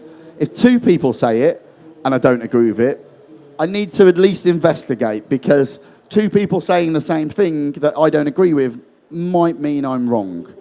But if three people say it and I still don't agree, I don't care, I delete it. Because or just get new friends. Yeah, That well, option no, as well. but you know what? Friends that just say I like it, they ain't your friend. Because, you know, in 6 months' time, you're going to release this movie, and trust me, you are going to get people that love it and people that hate it, and you're only going to remember the people that hated it. So you need friends that are going to be honest with you, so you can try and get as many people that love it as you can. But rule of three is a good one to have. If three people don't like something, that's a consensus, and it means you're wrong. Whether you feel it or not, you know, that's how I see it. And it's always served me well. And then the other thing I'll do is I'll do a butcher edit, which is I will intentionally destroy my own film. Like, I'll go, okay, what's the version of this that, you know, somebody else would make? And I'll go and I'll edit that version, and then I'll watch it and be like, yeah, I was totally right the first time. But at least I know, at least I did it, and it's done, you know, so. Well, that is absolutely brilliant. Thank you for kind of talking us through the process of making a movie and making short documents. And you're right in what you're saying. Everyone has the opportunity with the phones and everything like that, using YouTube and everything like that as well. Is great. Now, where can we find your videos on YouTube and social media as well? If you'd like to share that? So you can check out Pandorica if you haven't, which was the first movie. That's on Amazon Prime now, free to watch on Amazon if you've got that. It's on iTunes. You can buy it on DVD, Blu-ray, and all that jazz. You can check out Redwood as of March. It's out on Blu-ray and DVD in all major stores. It's going to Sky Movies. It's in cinemas February time as well. So, and I'll be doing lots of tours and talking then. And Black Site, We'll be doing the festival scene next year, and then we'll see. Maybe it will get a release around Halloween. I think we've got some questions. We got time for it? Yeah, we can do a few quick questions. Yeah. Let's do it. You first, sir. Is the Redwood horror? Is it a horror? It is, yeah. So it's a horror film, but it's also about characters, you know. I think there's a lot to it that, you know, people are going to like. Check it out. Tell me what you think. Who was your inspiration For which one? to become... To become a filmmaker? Yeah. Oh, okay. Okay, so when I was... How old are you? 12, okay. I was about 12, right? And I swear to God, I was convinced I was going to be an archaeologist because I love Jurassic Park so much. And then I found out that meant messing in the dirt, and I was like, oh, actually, I've got fairy soft hands. That's not for me. So I sort of then got into comic books, and then comic books became, how do I do this for a living? You know, how do I, you know, get out there and tell stories? And filmmaking became like a real outlet for me. You know, it's it was just a place to go and learn about things that were outside of my remit. And soon enough, I decided that's actually what I wanted to do as well. So you know. I think everybody you know if you're a filmmaker, you know it in your heart, right? Like when you sit and you watch a film and you feel critical, there's a difference between critics and viewers and people that know they're a filmmaker. It's like, and I think this is a great day and age to live in, because if you go back 20 years, there was, to be a filmmaker, you needed money, right? But if you were an artist or you were a poet, you can just get a pen and paper and you can go and make that stuff. And this is the first time in the history of film that it's democratized. So if you wake up and you know in your gut you're a film director, you can go and film something, and there's not really a lot holding you back. And so I think it's a great time to be a filmmaker. And I think the answer to the question is really simple. You just know. You know, you just know you are. One more question. From a directing perspective, how bad did you think Batman vs Superman was? Oh, wow. Okay, went there. Have we got 2 hours? Look, here's the thing, right? You don't want to bash on other directors' work, right? Those kind of guys, you're a community at the end of the day. I could say something on this sofa, and then in 3 years' time, I'm at a party and Zack Snyder comes and Superman sucker punches me. So I heard that. So you've got to be careful what you say about things. But what I will say, for me, I didn't understand the theme. You know, and that just goes back to everything I said earlier. You know, it shows the importance. You can have $300 million, but you need to know what you're trying to say, you know, and I don't know if they did. Yeah. So, ladies and gentlemen, let's have a big round of applause for Tom Patton. Thank you.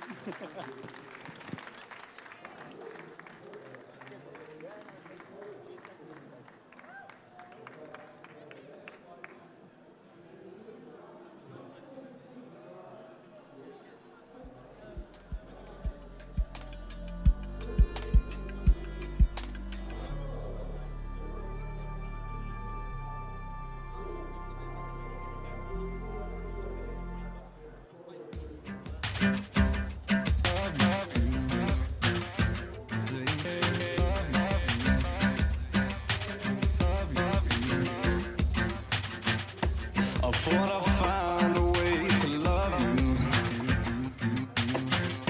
I thought I found a way to leave. But babe, I'm going crazy. Babe, I'm going crazy.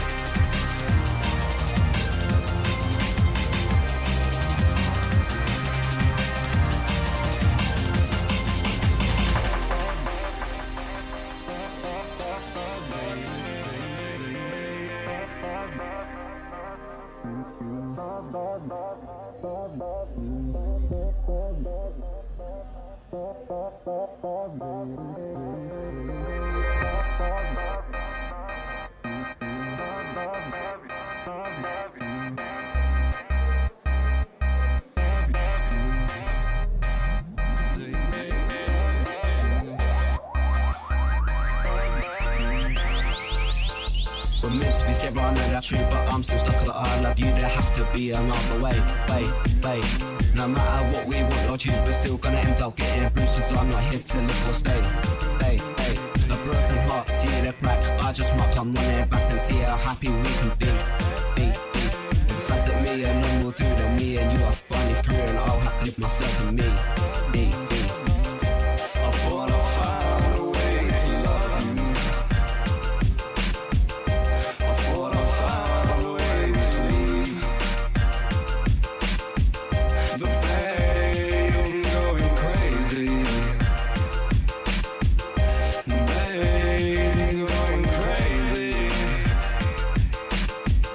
But babe, I'm going crazy. Babe, I'm going crazy.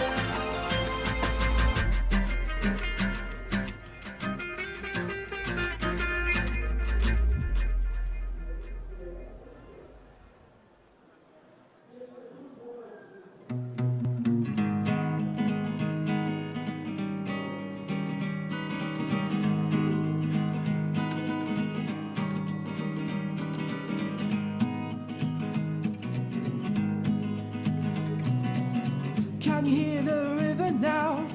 Can you hear that muddy water flow? Water flow. Can you feel the water now? Can you feel the water at your toes? At your toes.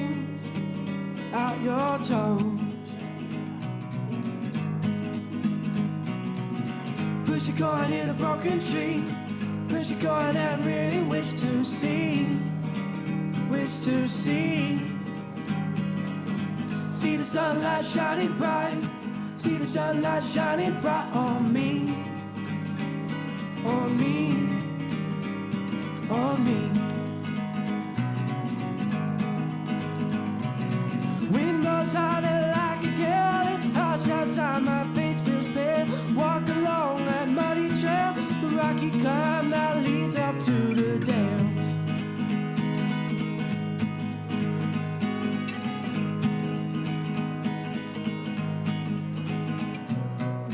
Do you know where we're heading now?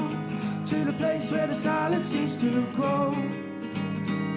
To grow. All we hear is the ocean breeze. Time ticks on and it's getting hard to breathe. To breathe. To breathe. Light fades and the sun goes down. The sound of vultures circles all around. Around. See the water on the ground. See the water rushing, gushing down. Down. Oh, down. Wind blows harder like a gale. It's harsh outside, my face feels pale. Walk along that muddy trail, the rocky climb that leads up to the gales.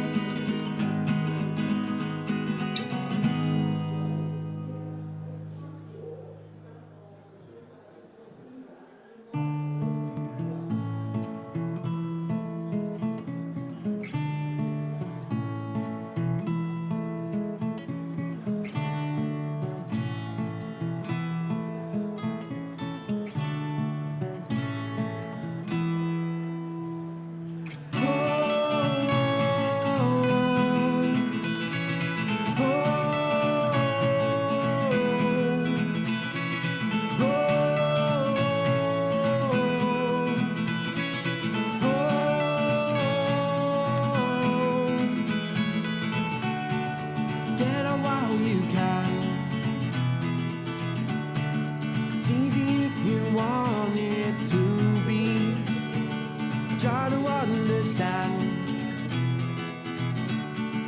There you go and slip right past me. Ain't no second chance. Wanna work it out right this time. Won't be left behind. Make you feel alive and baby, oh, wanna feel as if you're loving now. And oh, wanna feel as if you're running now. Oh, it's not too late to feel alive. Oh, you can do it if you try. Oh, we don't need to say goodbye. Oh, it's not too late to feel alive.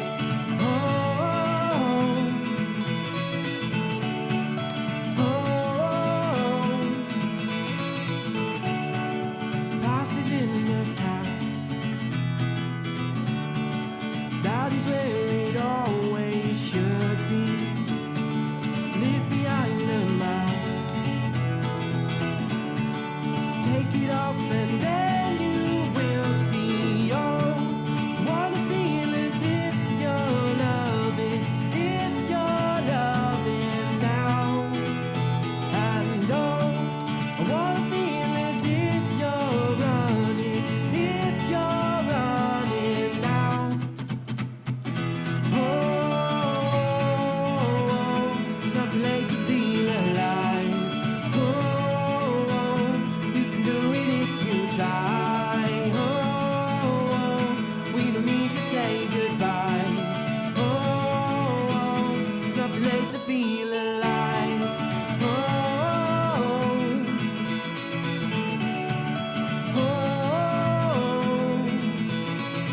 Passing the past and always should we run too long and then just maybe you will see the light. Running too long but just get out of trust me baby we'll get better. Take my hand and see.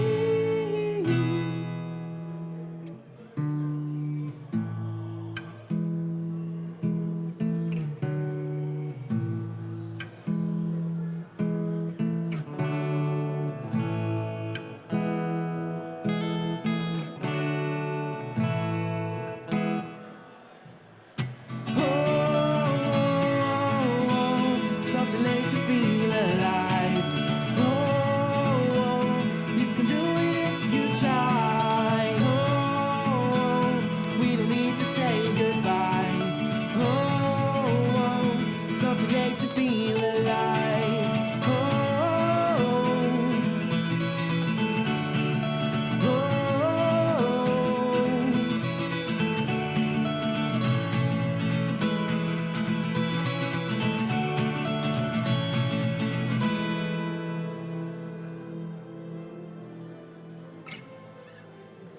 Happy days.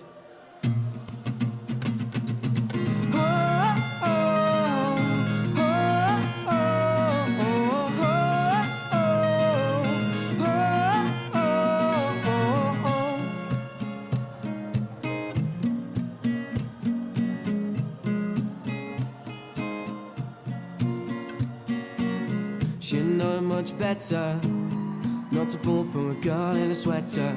She was cute, she was nice, she was fun. God knows how I told my mum. I could not help but stare the way the light shined on her hair. Spend the night cuddled up in bed. I remember every word she said. Let's stay this way. I won't go astray. Just stay with me and we'll sing and dance all night. Sleep by the moonlight. We'll sing and dance all night. Tell me if it feels right. Sometimes we'll be apart. Your love kickstarts my heart. Sing and dance all night. Tell me if it feels alright. Hello, everyone. How are we doing? Let's try that again. Hello, MCM. We're getting good at this. Getting really good. It's only took them 7 hours, but we got there. Good. How we doing, guys? Very well, thank you. Yeah, really good today. Yeah, we've got some special guests that have just magically appeared here from Streamers Connected. Absolutely, yeah. We're here for the whole weekend. Our booth is right down there, so make sure to come check it out. Wear comfy shoes if you're coming from the buzz stage as well. Yeah, that's it. It's quite a crowded environment coming up here, but it's nice. It's like a little pilgrimage to the stage. I've just literally knocked over about 7 people just to get here to speak to you, so it's all right. So what is Streamers Connected? Tell me all about it. So Streamers Connected started off as a stream team on Twitch, and then it grew very quickly. We became, I believe, the only community to really invite streamers with no restrictions, no requirements, nothing like that. We didn't want to lock anyone in. We wanted it to be an open community, an open platform for people to network, collaborate, and share. And we grew then to become the biggest community of streamers, influencers on Twitch, and maybe even the world. We don't really know yet. We've been trying to look for competitors. We'll say the world. Just say the world. We're going to say the world. No, it's the world. And we've now kind of reached out into doing stuff with our academy where we can help give opportunities to smaller streamers, and we now have events as well to hopefully bring more people into our community as well. Awesome.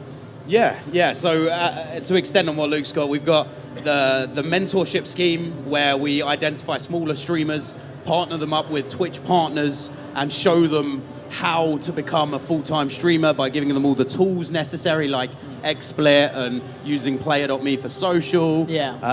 And then we've got our agency side, which deals with promotional events and doing online competitions. So almost like an ESL style event, but for streamers and gamers. So it's not as competitive and not as pro MLG side of things. And this year we started doing events. So we started, our first event was March, I believe. I think so. We started Streamers Connected in February. By March, the community told us to get to events. We budgeted for 2 events this year, and this is our 7th so far. So wow, we're on track to do some big damage for 2018. So it's really fun. How have the events went though? You've been able to chat to many people, get people involved? I tell you what, the reason we've done 7 events this year is because it's fantastic. Having the opportunity to get in front of people in real life rather than sitting behind a computer screen and talking to guys and telling them how to progress in terms of streaming or gaming, you know, and to get in their faces is fantastic, isn't it?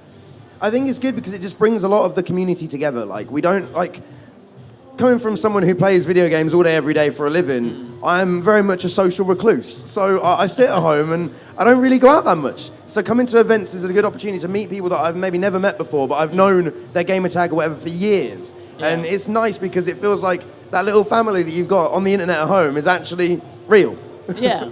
The best thing is finding people and them running up to you and you hug before you even know who they are, and they go, "I'm this person." You're like, "Oh my God, you've watched me for 3 years and I finally get to meet you in person." It's brilliant. I'm sure it's not awkward at all. Just, I'm going to hug you. That's it. It's all good. That's it, and we're one big happy family, really. There's thousands of us across the world. You know, it's not just the UK. We've got guys in America, Australia, all across Europe. And 2018 will be the year where we get to meet all of these people and do events around the world for them. So, wow. Yeah, it's great. So have you budgeted that in? So not just 2, but you budgeted for quite a few now? Next year... Maybe not yet. Yeah, next year we've budgeted for about 16 so far, but I think we're probably going to double that by January. We'll have about 30 events next year. Is there anywhere in particular you're looking forward to the most? Well, I tell you what, Comic-Con is the best event we've ever been to. This is crazy. Like, legit. It's insane. Like, we've been to probably a few smaller events this year, and I think the biggest event we went to, we maybe had maybe 500, 600 people come for our booth over the weekend. Yeah. And I think we've already had 1,000 or so people just today. Wow. And yeah, we have a very lovely amount of streamers that volunteer and staff to help us run the events and so on from our community, which is great. And they've really outdone themselves this event because this has been madness. So yeah, next year will be highlights, MCM 100%, London and Birmingham ideally. PAX as well over in America and Australia would be fantastic to hear. The pinnacle for us as streamers is TwitchCon over in LA. We were there in person, just gone. I was there. But next year we'll have a booth. That's what we're aiming at. That's the dream for next year. So let's pretend I don't have a clue about game streaming or any Twitch or anything like that, but I wanted to go forward into doing that. What should I do next? So what is the steps that I have to take? Something that we're working towards on our booths is doing little workshops for people to start streaming. So what you would ideally need, I mean, both of us started on console streaming alone. So all you would need is an Xbox or a PlayStation, which you would then download the Twitch app, log into it, and you can just start live streaming with that. You know, so you have your game there, and on the side of your screen, you'd have a chat where you can see people talking to you. And that is the easiest way of streaming. Now, what we do is show you what streaming could become. Yeah. So on our booth, we have PCs varying from £2,000 to £5,000. We've got the top of the range broadcasting software, which is the XSplit Premium. Yeah. We've got all of the best peripherals from Razer and Corsair. And we're basically showing you this is how you can get to it. And if you join Streamers Connected, the community can help you push to ultimately come to the events, live stream at our booths, and basically become a full-time streamer. Yeah, wow. So you'd be teaching people about Elgatos and how to use OBS and using PNG files for your overlays and everything. I'm pretending I don't know this stuff, but I do really. Yeah, it sounds like it's a great community in order to get started. So which stand do you use actually on? Just know the number stand? Or? So we're 1841. 1841. So if you head towards the kids zone and all the laser tag, you'll see our huge tent, which is giant streamers connected with loads of Christmas lights all over it. And you'll recognize us by the super flashy LED PCs everywhere. So what you're saying is when I'm not interviewing someone, I can run over, play on some games for about 10 minutes and then run back again? Absolutely. And it's 100% free. You don't need to pay for the VR because we have a VR part of our booth as well. Don't need to pay to come on and enjoy the games. You've got VR? Yeah, we've got a space simulation VR right now. It's so cool. So I've had a shot of VR once and it was Resident Evil. Oh, that's incredible. So I've always thought VR was a bit of a novelty gimmick. And I apologise to anyone that loves it, but until I played the one that we're kind of showcasing, which is Eve Valkyrie, which is like a space sim. So basically, because I don't really like the ones where you move around. I always feel they're not as good as they could be yet. Maybe in a few years, but at the moment, the sit-down ones like the racing games or the flight sim, I think is incredible. And it's such an immersive feeling. And then you look to the side, you got planets, you got spaceships going around you. It's just cool as hell. Yeah. It sounds it. Now, I believe you have a little giveaway for the people watching right now. do. Yeah, Wow. we've got a load of things to give away. So we've got XSplit bags. Inside these XSplit bags, you'd be lucky enough to get T-shirts, XSplit premium codes for any streamers or wannabe streamers out there. And one of these lucky bags has a brand new Razer mouse in it as well. So I saw your face light up right there. Isn't that the one that I was going to get? And that is the one you tried to run away with. Okay, I did try to run away. Luckily, we chased you down there, but yeah, no. We have that. Also, we've got a giant giveaway running on our booth. So if you're lucky enough to come down and sit on our booth, we will be giving away a brand new Razer Blackadder Tournament Edition keyboard as well. So they retail at over £200 and a mouse. So it's in your best interest to try it. Only someone from Comic-Con can win it. And it will be announced tomorrow, won't it? So. If I slip you a £5, does that increase my chances of winning? Because I could do with a new keyboard and new mouse, to be honest. Unfortunately not, no. It's quite tempting, but no. That's worth a shot. Well, why don't we have the little mini giveaway now? Now, what I'd like to do is I'd like to play a game. Okay. We're going to get 3 people up. Yeah. And straight hand, come on then. Joker and... Oh, come on, come up here. Right. So, we're going to play a game. Perfect music for this as well. If you stand in the front here, totally think this off the top of my head, and I've just had a really cool idea. Now, we're talking about gaming and everything like that, and we have the lovely Mario opposite there. So yous have to do your best Mario impression. Yous are all going to get a bag, but whoever, I don't know, should we give the winner the one with the mouse in straight off? I think... I like that idea. Yeah. Let's go. Okay. So whoever does the best Mario, and you guys are going to vote, will get the one with the mouse, but the other 2 will still get some prizes. Swag free stuff as well. Okay, so you've got to go. Let's go! Yeah? Do I win? I like that. But was good, let's see how good they are first. So I'm number 1 now. Let's go! Okay, are you ready? Let's go. So I've lost already, right? Brilliant. And number 2. Let's go. Really bad, good as not well. I've got no chance here, have I? And the final one. Let's go. Should we do that one more time? That's pretty Already. close. No pressure. Let's go. They're really good at this. Let's go. And finally. Let's go. Now, I'm not going to put the pressure on you two. It's too close to decide. It's I think that's really strong there. Okay. Number 1. Okay. Number 2. Number 3. That is close. Let's try it one more time. Number 1. Number 2. Number 3. Me? Oh. It was worth a shot. I think number 1 has it, if I'm honest. So number 1, do we have the one with the mouse there? That is There you the go. one right there. Well done. Round of applause for all of them. We'd like to grab your free stuff there as well. There you go.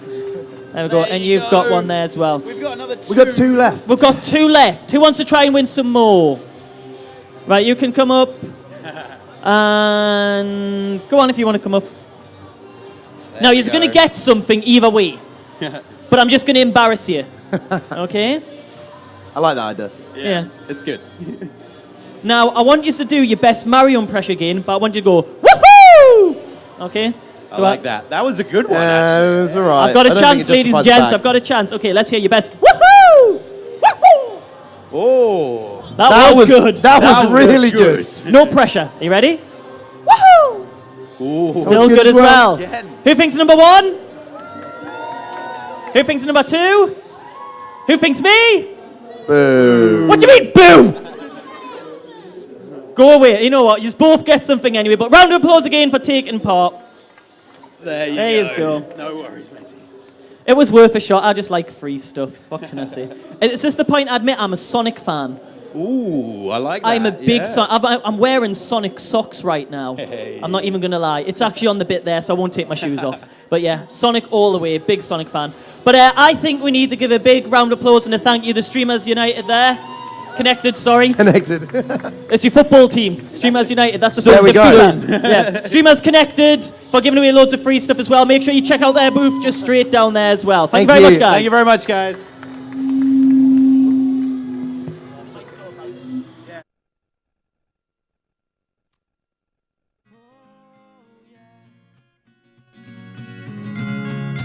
Oh yeah.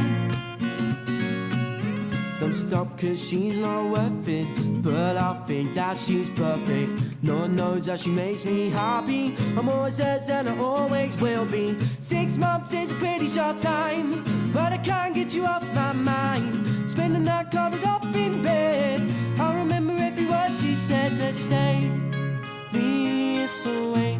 I won't go astray, just stay with me, and we'll sing and dance all night. Sleep by the moonlight. We'll sing and dance all night. Tell me if it feels right. Sometimes we'll be apart. Your love kickstarts my heart. Sing and dance all night. Tell me if it feels alright. Oh yeah.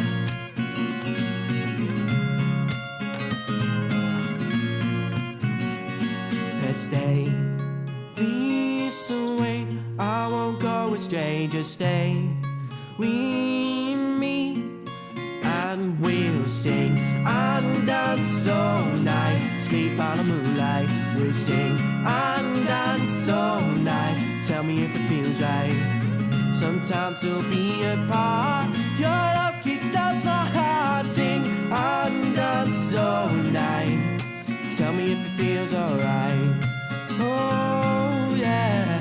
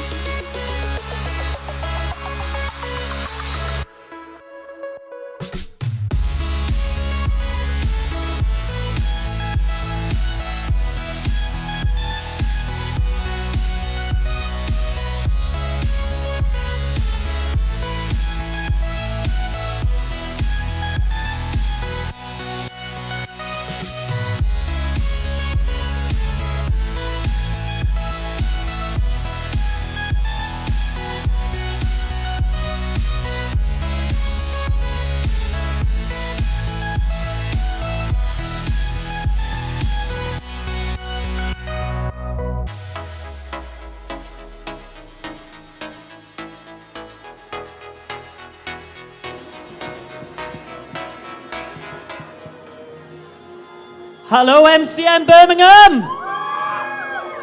Let's try that one more time. Hello, MCM Birmingham. Who loves Pokemon? We have Veronica Taylor coming to the stage in the next few minutes. So you need to get to the front. We are going to have a giveaway with Veronica as well. And she may even sign it for you. Ooh. So if you love Pokemon, if you love Teenage Mutant Ninja Turtles, you need to make your way to the buzz stage now to make sure you get a good spot. But more importantly, before Veronica arrives, who wants some free stuff? No one? Oh, what a shame. Just means I get to keep the My Geek box. Who wants some free stuff? Are you sure? Woo! Yeah! Come on! Yeah! Ooh! Ah! Ee!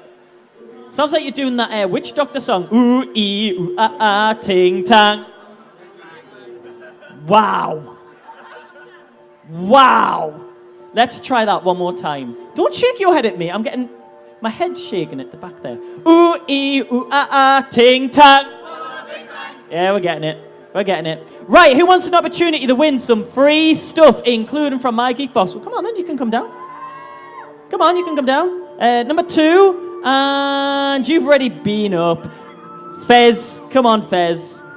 Oh, perfect time. Just come up. I want to win free stuff. You can have whatever you want. Come on, guys. We'll do this quickly. Veronica's come to see us. Right. Where's our third person? Right, okay, we're going to do this very, very quickly because our guest of honor is here. Right. What we're going to do, are you joining in as well? Yes. Okay.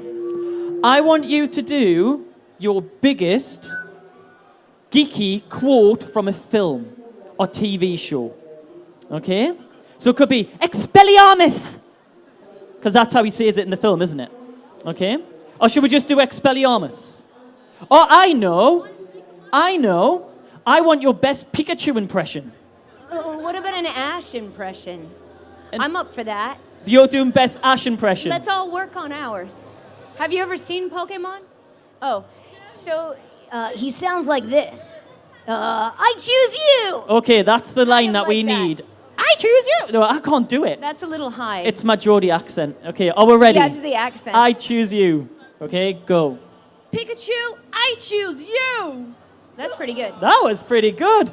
Okay, your attempt here. Pikachu, I choose you. All right, not bad. And finally, Pikachu, I choose you! Hey, that's pretty good. You're gonna try to replace me? Oh, and number 4, that was a really good impression of Ash as well. Have you done this before by any chance? No, but I want to be a voice actor. Oh, well, great. Veronica Taylor's coming up in a minute. You're going to love her. Right. Who thinks number 1 was the best Pikachu? Who thinks number 2? Who thinks number 3? I think number 1 might have it there. So number 1, you can have this My Geek box, but yous 2 don't go anywhere as well. Because you've been so sweet, you can have a sweet. I've got some lollies from Cross. Here we go. Who wants a red one? You've red for your Fez. And there you go, you can have a white one there. Big round of applause for them, ladies and gentlemen. Weren't they great? Right, you're going to have to go off the stage as well. We've got Veronica Taylor coming on. Oh, it's Veronica Taylor! Where did you come from? I'm not really sure. Wow, that was impressive. Thank you so much. I'm part magician, part actor. I know. Hi, everybody. Thank you so much for gathering around. I'm so happy to be here. My daughter and I just flew in yesterday. Hi, daughter. Rena's over there. I recognized you now, so I'm going to wave at you. Do you want to come sit on the sofa as well? No. But it's great to see you again. So nice to see you. I'm so glad when I got told I was coming to Birmingham and you were here. I promised you I'd come down. I feel the same. Thank you. Aw. Thank you for coming over. I'm Thank all you all smitten. for coming out for the show. So, how are your travels? What have you been up to since Scotland back in... Oh, when was Scotland? Was it September? September. So what have you been up to since September? Well, I've been working, which is a good thing. I've recorded a few audiobooks. I've been working on some cartoons.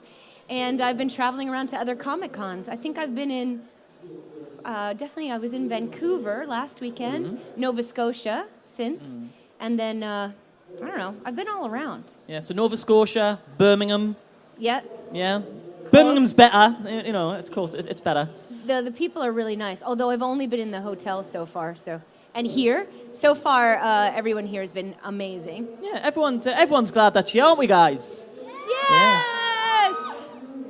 Yeah, but it's great. So, God, I don't even know where to start. I'm just so excited. Well, this is my 4th MCM show of the year, which has been incredible for me. This is my last show of the year, so it's a great way to close out the year for me. So you're stuck with me in one of your last ones. I'm liking that, though. It's pretty good. We're going to do our usual fun and games as well. All right. I'm up for that. She knows what I'm like now. I always think of something silly for us to do. Right. And you're going to get involved as well. All right. I'm up for it. So, let's talk a bit of Pokemon. Okay. So, I like this epic music behind us. well, we'll go all out for you. Okay. All right. So, as a voice actor, Yeah. what do you have to do to kind of prepare for your roles? So, do you have to go through like a vigorous training, or do you have to rest your voice certain ways? Or Do you mean day to day, like not just going back in my life, all my training that I've just had? day to day what you've... So I definitely do a warm up, some humming and like stretching my tongue and going through my whole range, things like that. Definitely stretching out because I would say, bless you, voice acting is a full body experience. So I really stretch out a lot before I work. And then I kind of cool down, like warm down, I guess, at the end. But I certainly try to rest my voice in between and not be screaming. And if I go to a sporting event, I'm not really shouting all the time. Sometimes I pretend I'm shouting, like, and then nobody knows you're not making any noise. But it definitely saves my voice a little bit. When I'm recording an audiobook, I'm working 6 to 8 hours at a time, reading a book, recording all the voices, and that's pretty taxing. So I don't speak a lot when I get home. Now, when you record and say for audiobooks, do they give you notes on the sort of tone or what you want to say, or do you read the book yourself and then decide on how you want to say it? Yeah, I always read the book and I prep it by going through, I write down all the characters and all of their descriptions, just like when you're doing a play, you write down what they say about the character and what they look like and things like that, and then I kind of, I figure out, it's kind of a full spectrum thing. So I figure if there's 5 girls, main girls, then I figure out who's kind of higher, who's lower, and how they all fit together. Because if they're in a scene together, they have to sound different. Yeah. Usually the author doesn't have a lot to say about how it should be read. There's some books that you can make it, the characters can be as big as I want, and some, they want them to be really toned down. So it would be a little more, everybody reads bedtime stories at home, and sometimes you can be reading it and put a little character, and sometimes you can put a lot. Some authors like a little character, but I like it to sound different, so I always put a bit more probably than I need to. How do you decide on the voices? Because as you hear, I can't do impressions at all. My accent's so strong. Even if I tried doing French, it's like je m'appelle man. It's just... It doesn't seem to work. That's how Geordies speak French, by the way. Je m'appelle man, like. But how do you kind of come up with the voices and getting the right tone and like the volume? Yeah. Is it tough? I think it just takes a lot of imagination. And then I've had a lot of vocal training, so I learned how to place my voice in all different places.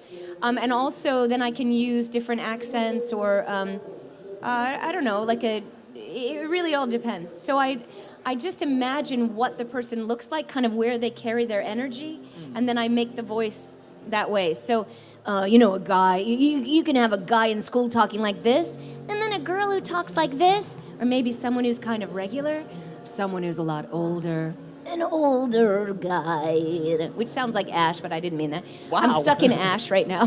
But anyway, so you can kind of figure out where they go, and then you have to be the narrator through the middle. So I start with the main character, and then I build the narrator off of that, and then everyone else from there. How do you kind of remember? Do you accidentally do other voices? So in an audiobook, because you don't get you're reading it straight through. Sometimes I can be reading it and realize it's just a little too high, so I go back and start again, essentially from that top of that sentence. But otherwise, I have it pretty well noted, so I don't mix up the voices. Yeah. In an anime, we record all of the voices, let's say in Pokemon for Ash, and then May, and then Ash's mom, so you never mix them up. Yeah. In other cartoons, we flip back and forth too, so you have to always be able to do that, even though you don't always have to do that. Yeah. So how did you decide on the voice of Ash, or did you have to go through many different voices and for the producers to pick? No, really, we listened to a small clip of an episode, and then we had to base the audition off of that because they wanted the voices to sound similar to the original Japanese actors.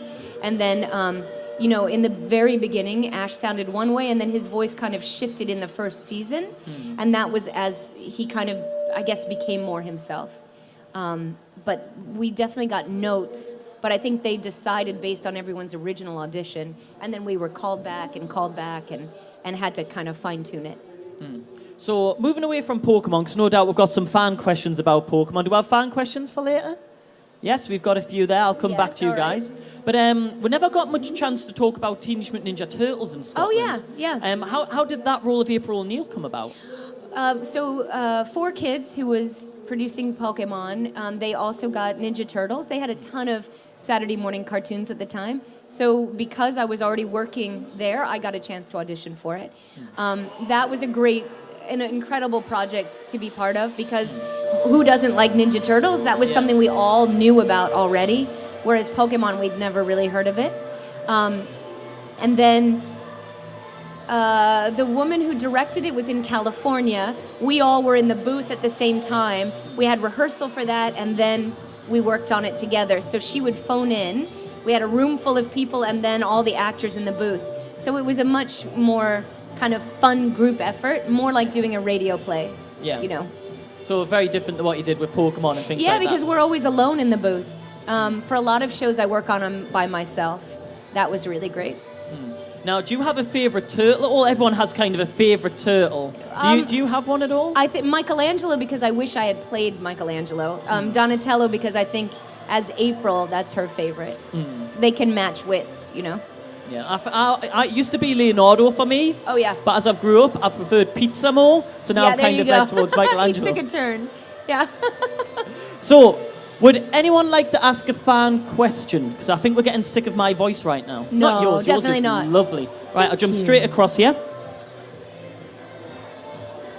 What made you want to start doing voice acting? I'm an actor, and I just like to work.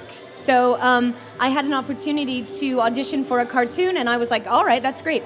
I had some kind of voiceover experience before that, but my career kind of took a turn and became more voice-related as I got more and more cartoons. And I do a million other things, like cartoons, audiobooks, commercials. I do English language workbooks. I do so many things. So it's not that I wanted only to be that, but it's just that it kind of turned that way. Okay, next question. How does it make you feel when people say that voice acting is easier than regular acting? Well, I do disagree, actually. I think one of the things with being on stage or in film, you have your full body to show the emotion, and when you are using just your voice, you have to get those small sighs and that kind of, on camera, you can just lift your eyebrow and have that be the response, but I have to make a noise for that. So I think everything has its challenges, but I don't think it's easier at all. But you do get to wear looser fitting clothing when you're in the booth. Okay, we have the next question from a young lad here. What is your favourite Pokemon? My favorite Pokemon is Pikachu. I spent a lot of time with Pikachu. It is yours too? Excellent. God, Yes. the music's going quite well. I know, Okay. I know. Next question. Hi, Veronica. Hi. It's Daniel from Wales Comic Con last so year. nice to see you. I just wanted to ask, did you ever share the same emotions yourself as Ash did when you did recording? Yeah, definitely. I certainly, as an actor, I could relate to what he was going through, and I certainly felt that as I was acting Ash. But one of the great things about Ash is that I think we all relate to him as people. And I think that's one thing for me that makes Pokemon so special is that we all, other than being on a journey by ourselves at 10, I think we all have gone through a lot of what Ash goes through. So I can relate to him on both levels. Another question here? Yeah. It's not really a question, but it's a request. Can you say Pikachu, I choose you in the Ash voice? Yes. Do you mean will I?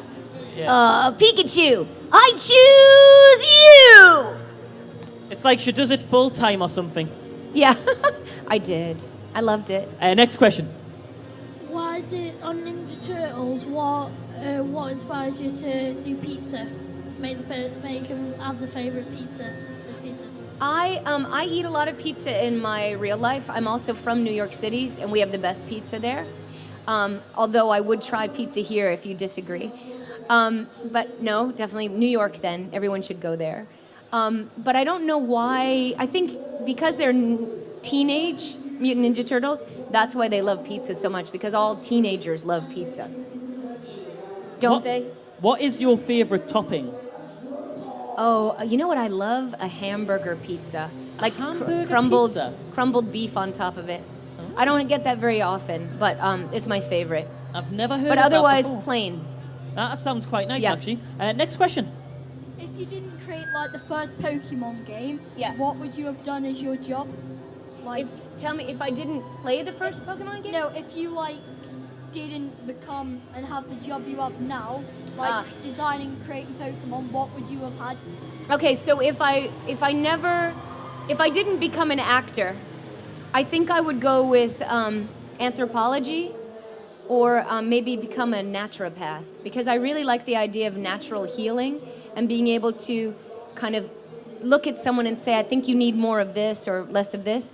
But I also love the idea of finding things that are hidden, like, you know, when you're digging around and you find a giant bone or fossil, or like archaeologists, anthropologists, archaeologists. I would go for that. Okay, next question. If you could catch any other Pokemon than Pikachu, what would it be? And can you do the voice? I can't do the voice of, I can only do the voice of Diglett, or my daughter and I played Sentret, Goldeen. Those were my main ones. If I could catch any Pokemon, I would do Ho-Oh, because the elusive Ho-Oh. But no, I can't do that voice. Okay, next question here. Who's your favorite human character in Pokemon? I'm going to say Ash, because I played him in 2nd May, because I played her too. Otherwise, if I choose any other, like if I said Brock, then Misty would get mad, and so I'll just stick with the ones I played. Okay, next question here. I just want to say that you made my childhood. I cried on the first movie, Olivia. But the question is, when your voice for Ash was a success, what were your thoughts when your voice with Ash was a success? Do I think I did a good job with Ash?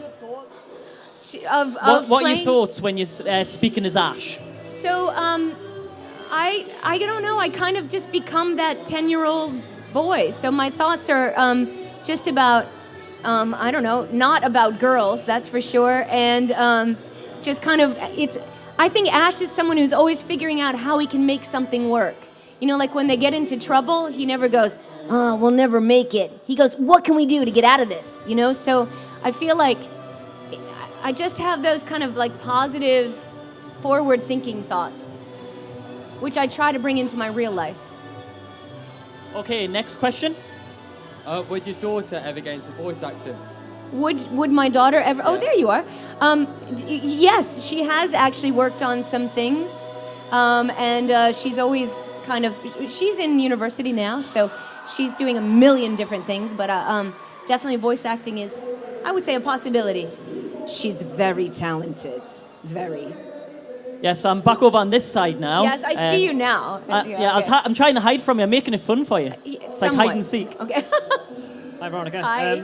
Are there any characters in the Pokemon anime that you would have liked to voice, apart from the ones that you actually did? No, I think they were so well cast. I will say, I wish I still worked on the show. I really miss it. We were replaced without having the choice to go on, so I wish I were still on it. So I would say that. Okay, we'll have one more Ash. question. All right. And then we're going to play a game. Hi. Which is your favorite Pokemon movie? I think the first movie is my favorite, just because it was the first time we worked on something so big, and I think the message is really great about friendship and teamwork, essentially. So I guess the first. I think they got better and better, but the first is my favorite. Awesome. Now, I've just remembered my daughter, and she'll kill us if I don't ask this. She asked me to ask you a question. Oh, yeah. And it is, if you could design your own Pokemon with certain powers, Okay. what would it be? Nice, easy question there. You know what? I think I'm fascinated by being able to read people's minds and more of that. What's that? Like telekinesis, yeah. So that kind of, it would be something with some special mental features, magic. Yeah, that, and sparkles. Oh, you got to have sparkles. And glitter, just glitter flying Glitter from it as it flying moves around. Yeah. Use glitter attack. Oh, Yeah. my eyes. You know, when Carrie Fisher at Comic-Con, she would always sprinkle glitter on everyone, and that was so beautiful and magical. I think this Pokemon would do that too. Well, maybe we'll start getting you tinsel, and you can just throw tinsel Oh, I on like everyone. that, yeah. But make it yellow so it's like electric bolts. That's funny. But you All right, that. I'm going to do that. I want to see that. Okay. Future con, I want to see you just throwing it at people. Okay, all right. Yeah, we'll work on that. Yeah, let's do that. Right, who wants to try and win something? No one? Windsurfing. Well, you know what? I like to pick people that are dressed in Pokemon-type garb. So we'll have 1, Yes. 2. Yes. Do we have any of our Pokemon-style cosplays? Do you have someone sat down there in a Pikachu onesie? Yes. No, Would they she like to doesn't- come up and win she a doesn't prize? want to come up. No, doesn't want to come up? That's all right. Xane, No, you're he's dressed got- up. Come on. Right, if you 3 stand here, you're going to get involved with this as well. All right. So, I kind of accidentally raided my work stock cupboard. Sorry, work, if you're watching. And I stole some whiteboards. And then I stole some pens. Borrowed. And what we are going to do, Tokyo Toys have been very, very nice and have given me that lovely Pikachu in the Pokeball, which you can zip up, to give away. Wow. And what you need to do is you have to draw your best Pikachu. Oh, all right. So it's going to be a bit of a challenge. You know what? Do I have another pen? Because Veronica, I want to see your best Pikachu as well. Okay, so no pressure. I don't want to win. Okay, thank you. If you win, you win. That's how it goes. Oh, thank you. There we go. Right, so you have roughly 1 minute. Okay. 1 minute. 1 minute to draw the best Pikachu. So if you could turn around, so face the camera here. Are you ready? No cheating, Veronica. Set. Are you sure you're ready? Yes. Good luck. Go. So we've got 1 minute, and I'm just going to time you here. Oh, this is quite good. I've timed it perfect. So there's no pressure at all. That looks like, what's it called? Baymax from things there. That looks like, I don't know what that is. And someone's gave Pikachu a black eye on this one. Veronica, how are we doing? What is that? Do you actually know what Pikachu looks like? Veronica's not doing very well here. But these guys, we're being inventive here. Now you've got about 25 seconds. And you guys are going to vote for the best Pikachu, okay? And you can't pick Veronica, all right? Oh, we could pick Veronica. Now, how are we doing? Right, we're going to do a countdown of 10 seconds. 10, 9, 8, 7, 6, 5, 4, 3, 2, 1. Time is up. Right, I'm going to take pens off you in case you get any ideas. Veronica's still cheating in the back there. I think that could be a disqualification there. Right, so let's have a look. Should we start with Veronica? Or we'll end on Veronica. Oh no, there we go. Look at that. That is... Has anyone seen the movie Gremlins before? No. It's a Mogwai went a bit wonky, but you know. Yours is the plushy version. It's definitely a rejected plushie. There's no lies there. Okay, let's have a look at number 1. There we go. That's pretty good. That's good. Number 2. Oh, got the lightning bolts on there as well. Brilliant. And number 3. All right. So, if you think Veronica won, let's hear you cheer. Suck-ups. All right. Who booed? That was mean. You booed. Oh, that's all right then. Okay, you booed. Okay, who thinks number 1? Who thinks number 2? Who thinks number 3? Usually I say that was really close, but I think number 3 has edged it with that. Now, before you go anywhere, because Tokyo Toys actually felt a bit mean saying that 2 of you couldn't get it, so what I have here is some t-shirts for the 2 runners-up. If it's not in your size, if you just go along and tell them it's from the Buzz Stage competition, they will swap it into your size. And they've given us a nice Pikachu t-shirt. Yeah, isn't that awesome? So there you go, there's one for you. So if you go to Tokyo Toys, they'll swap it out. Yep, it's just straight ahead there. If you go speak to them, they'll swap it into your size. Well done, guys. Round of applause for our 2 runners up there. And finally, and if it's all right with you as well, Veronica, if you're okay, would you like to maybe sign? Would you like it signed? Yeah, well, we can sign the hat. So there we go. Isn't that an awesome prize there? Do we all love Pokemon? Do we all love Veronica? Did you just say no? That was my daughter. Oh, I thought you were going to. I thought your daughter was saying no. So I'm at my table the rest of today and all day tomorrow too. And am I back on here tomorrow?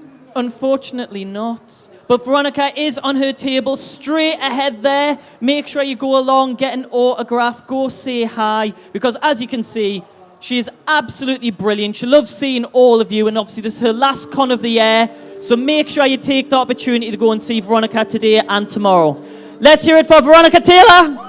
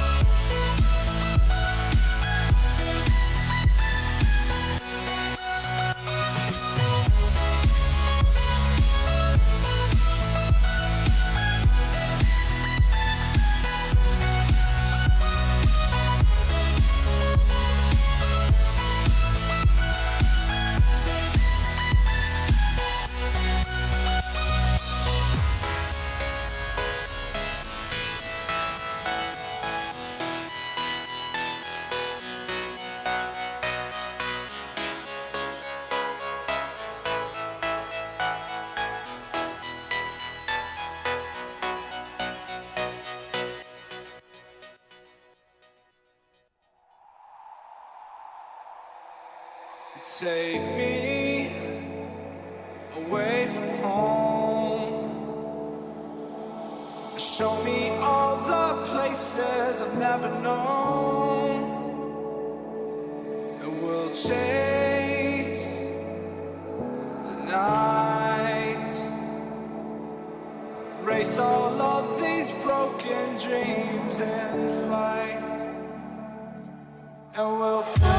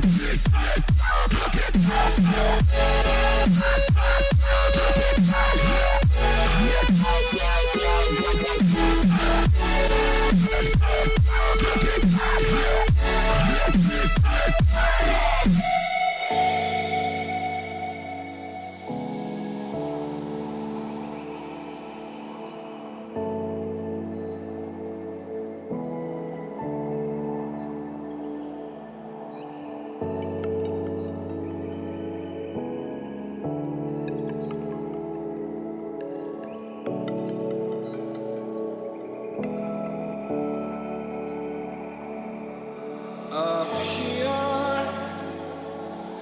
we're free, bound only by frozen memories, lost in time, racing all these broken dreams tonight, and we'll fly.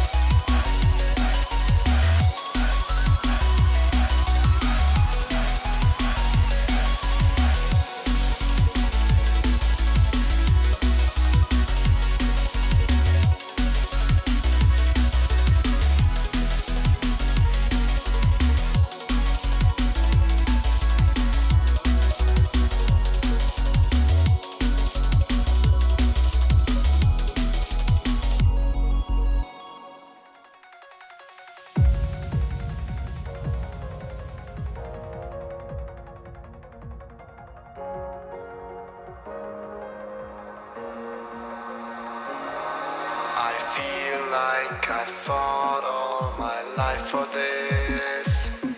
This 1 pound, this 1/3 I've always missed. No, just don't let it go. I started the fight, but now I'm losing. So will I fall again? I'm scared of heights, yet it was me who ran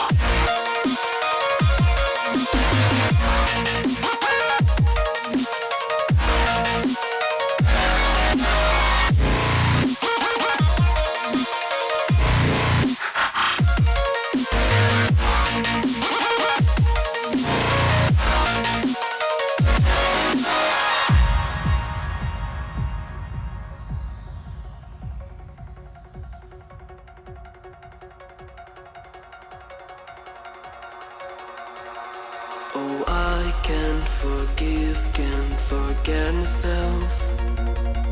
The peace that I'm missing, it kills me inside. I need help. Oh, please give me back this 1 pound, this 1/3. I'm sorry, I lost it. No, I let my weapons fall. I'm drowning in the fears, and now I know that I will fall again and let it go, but I can't stop to love.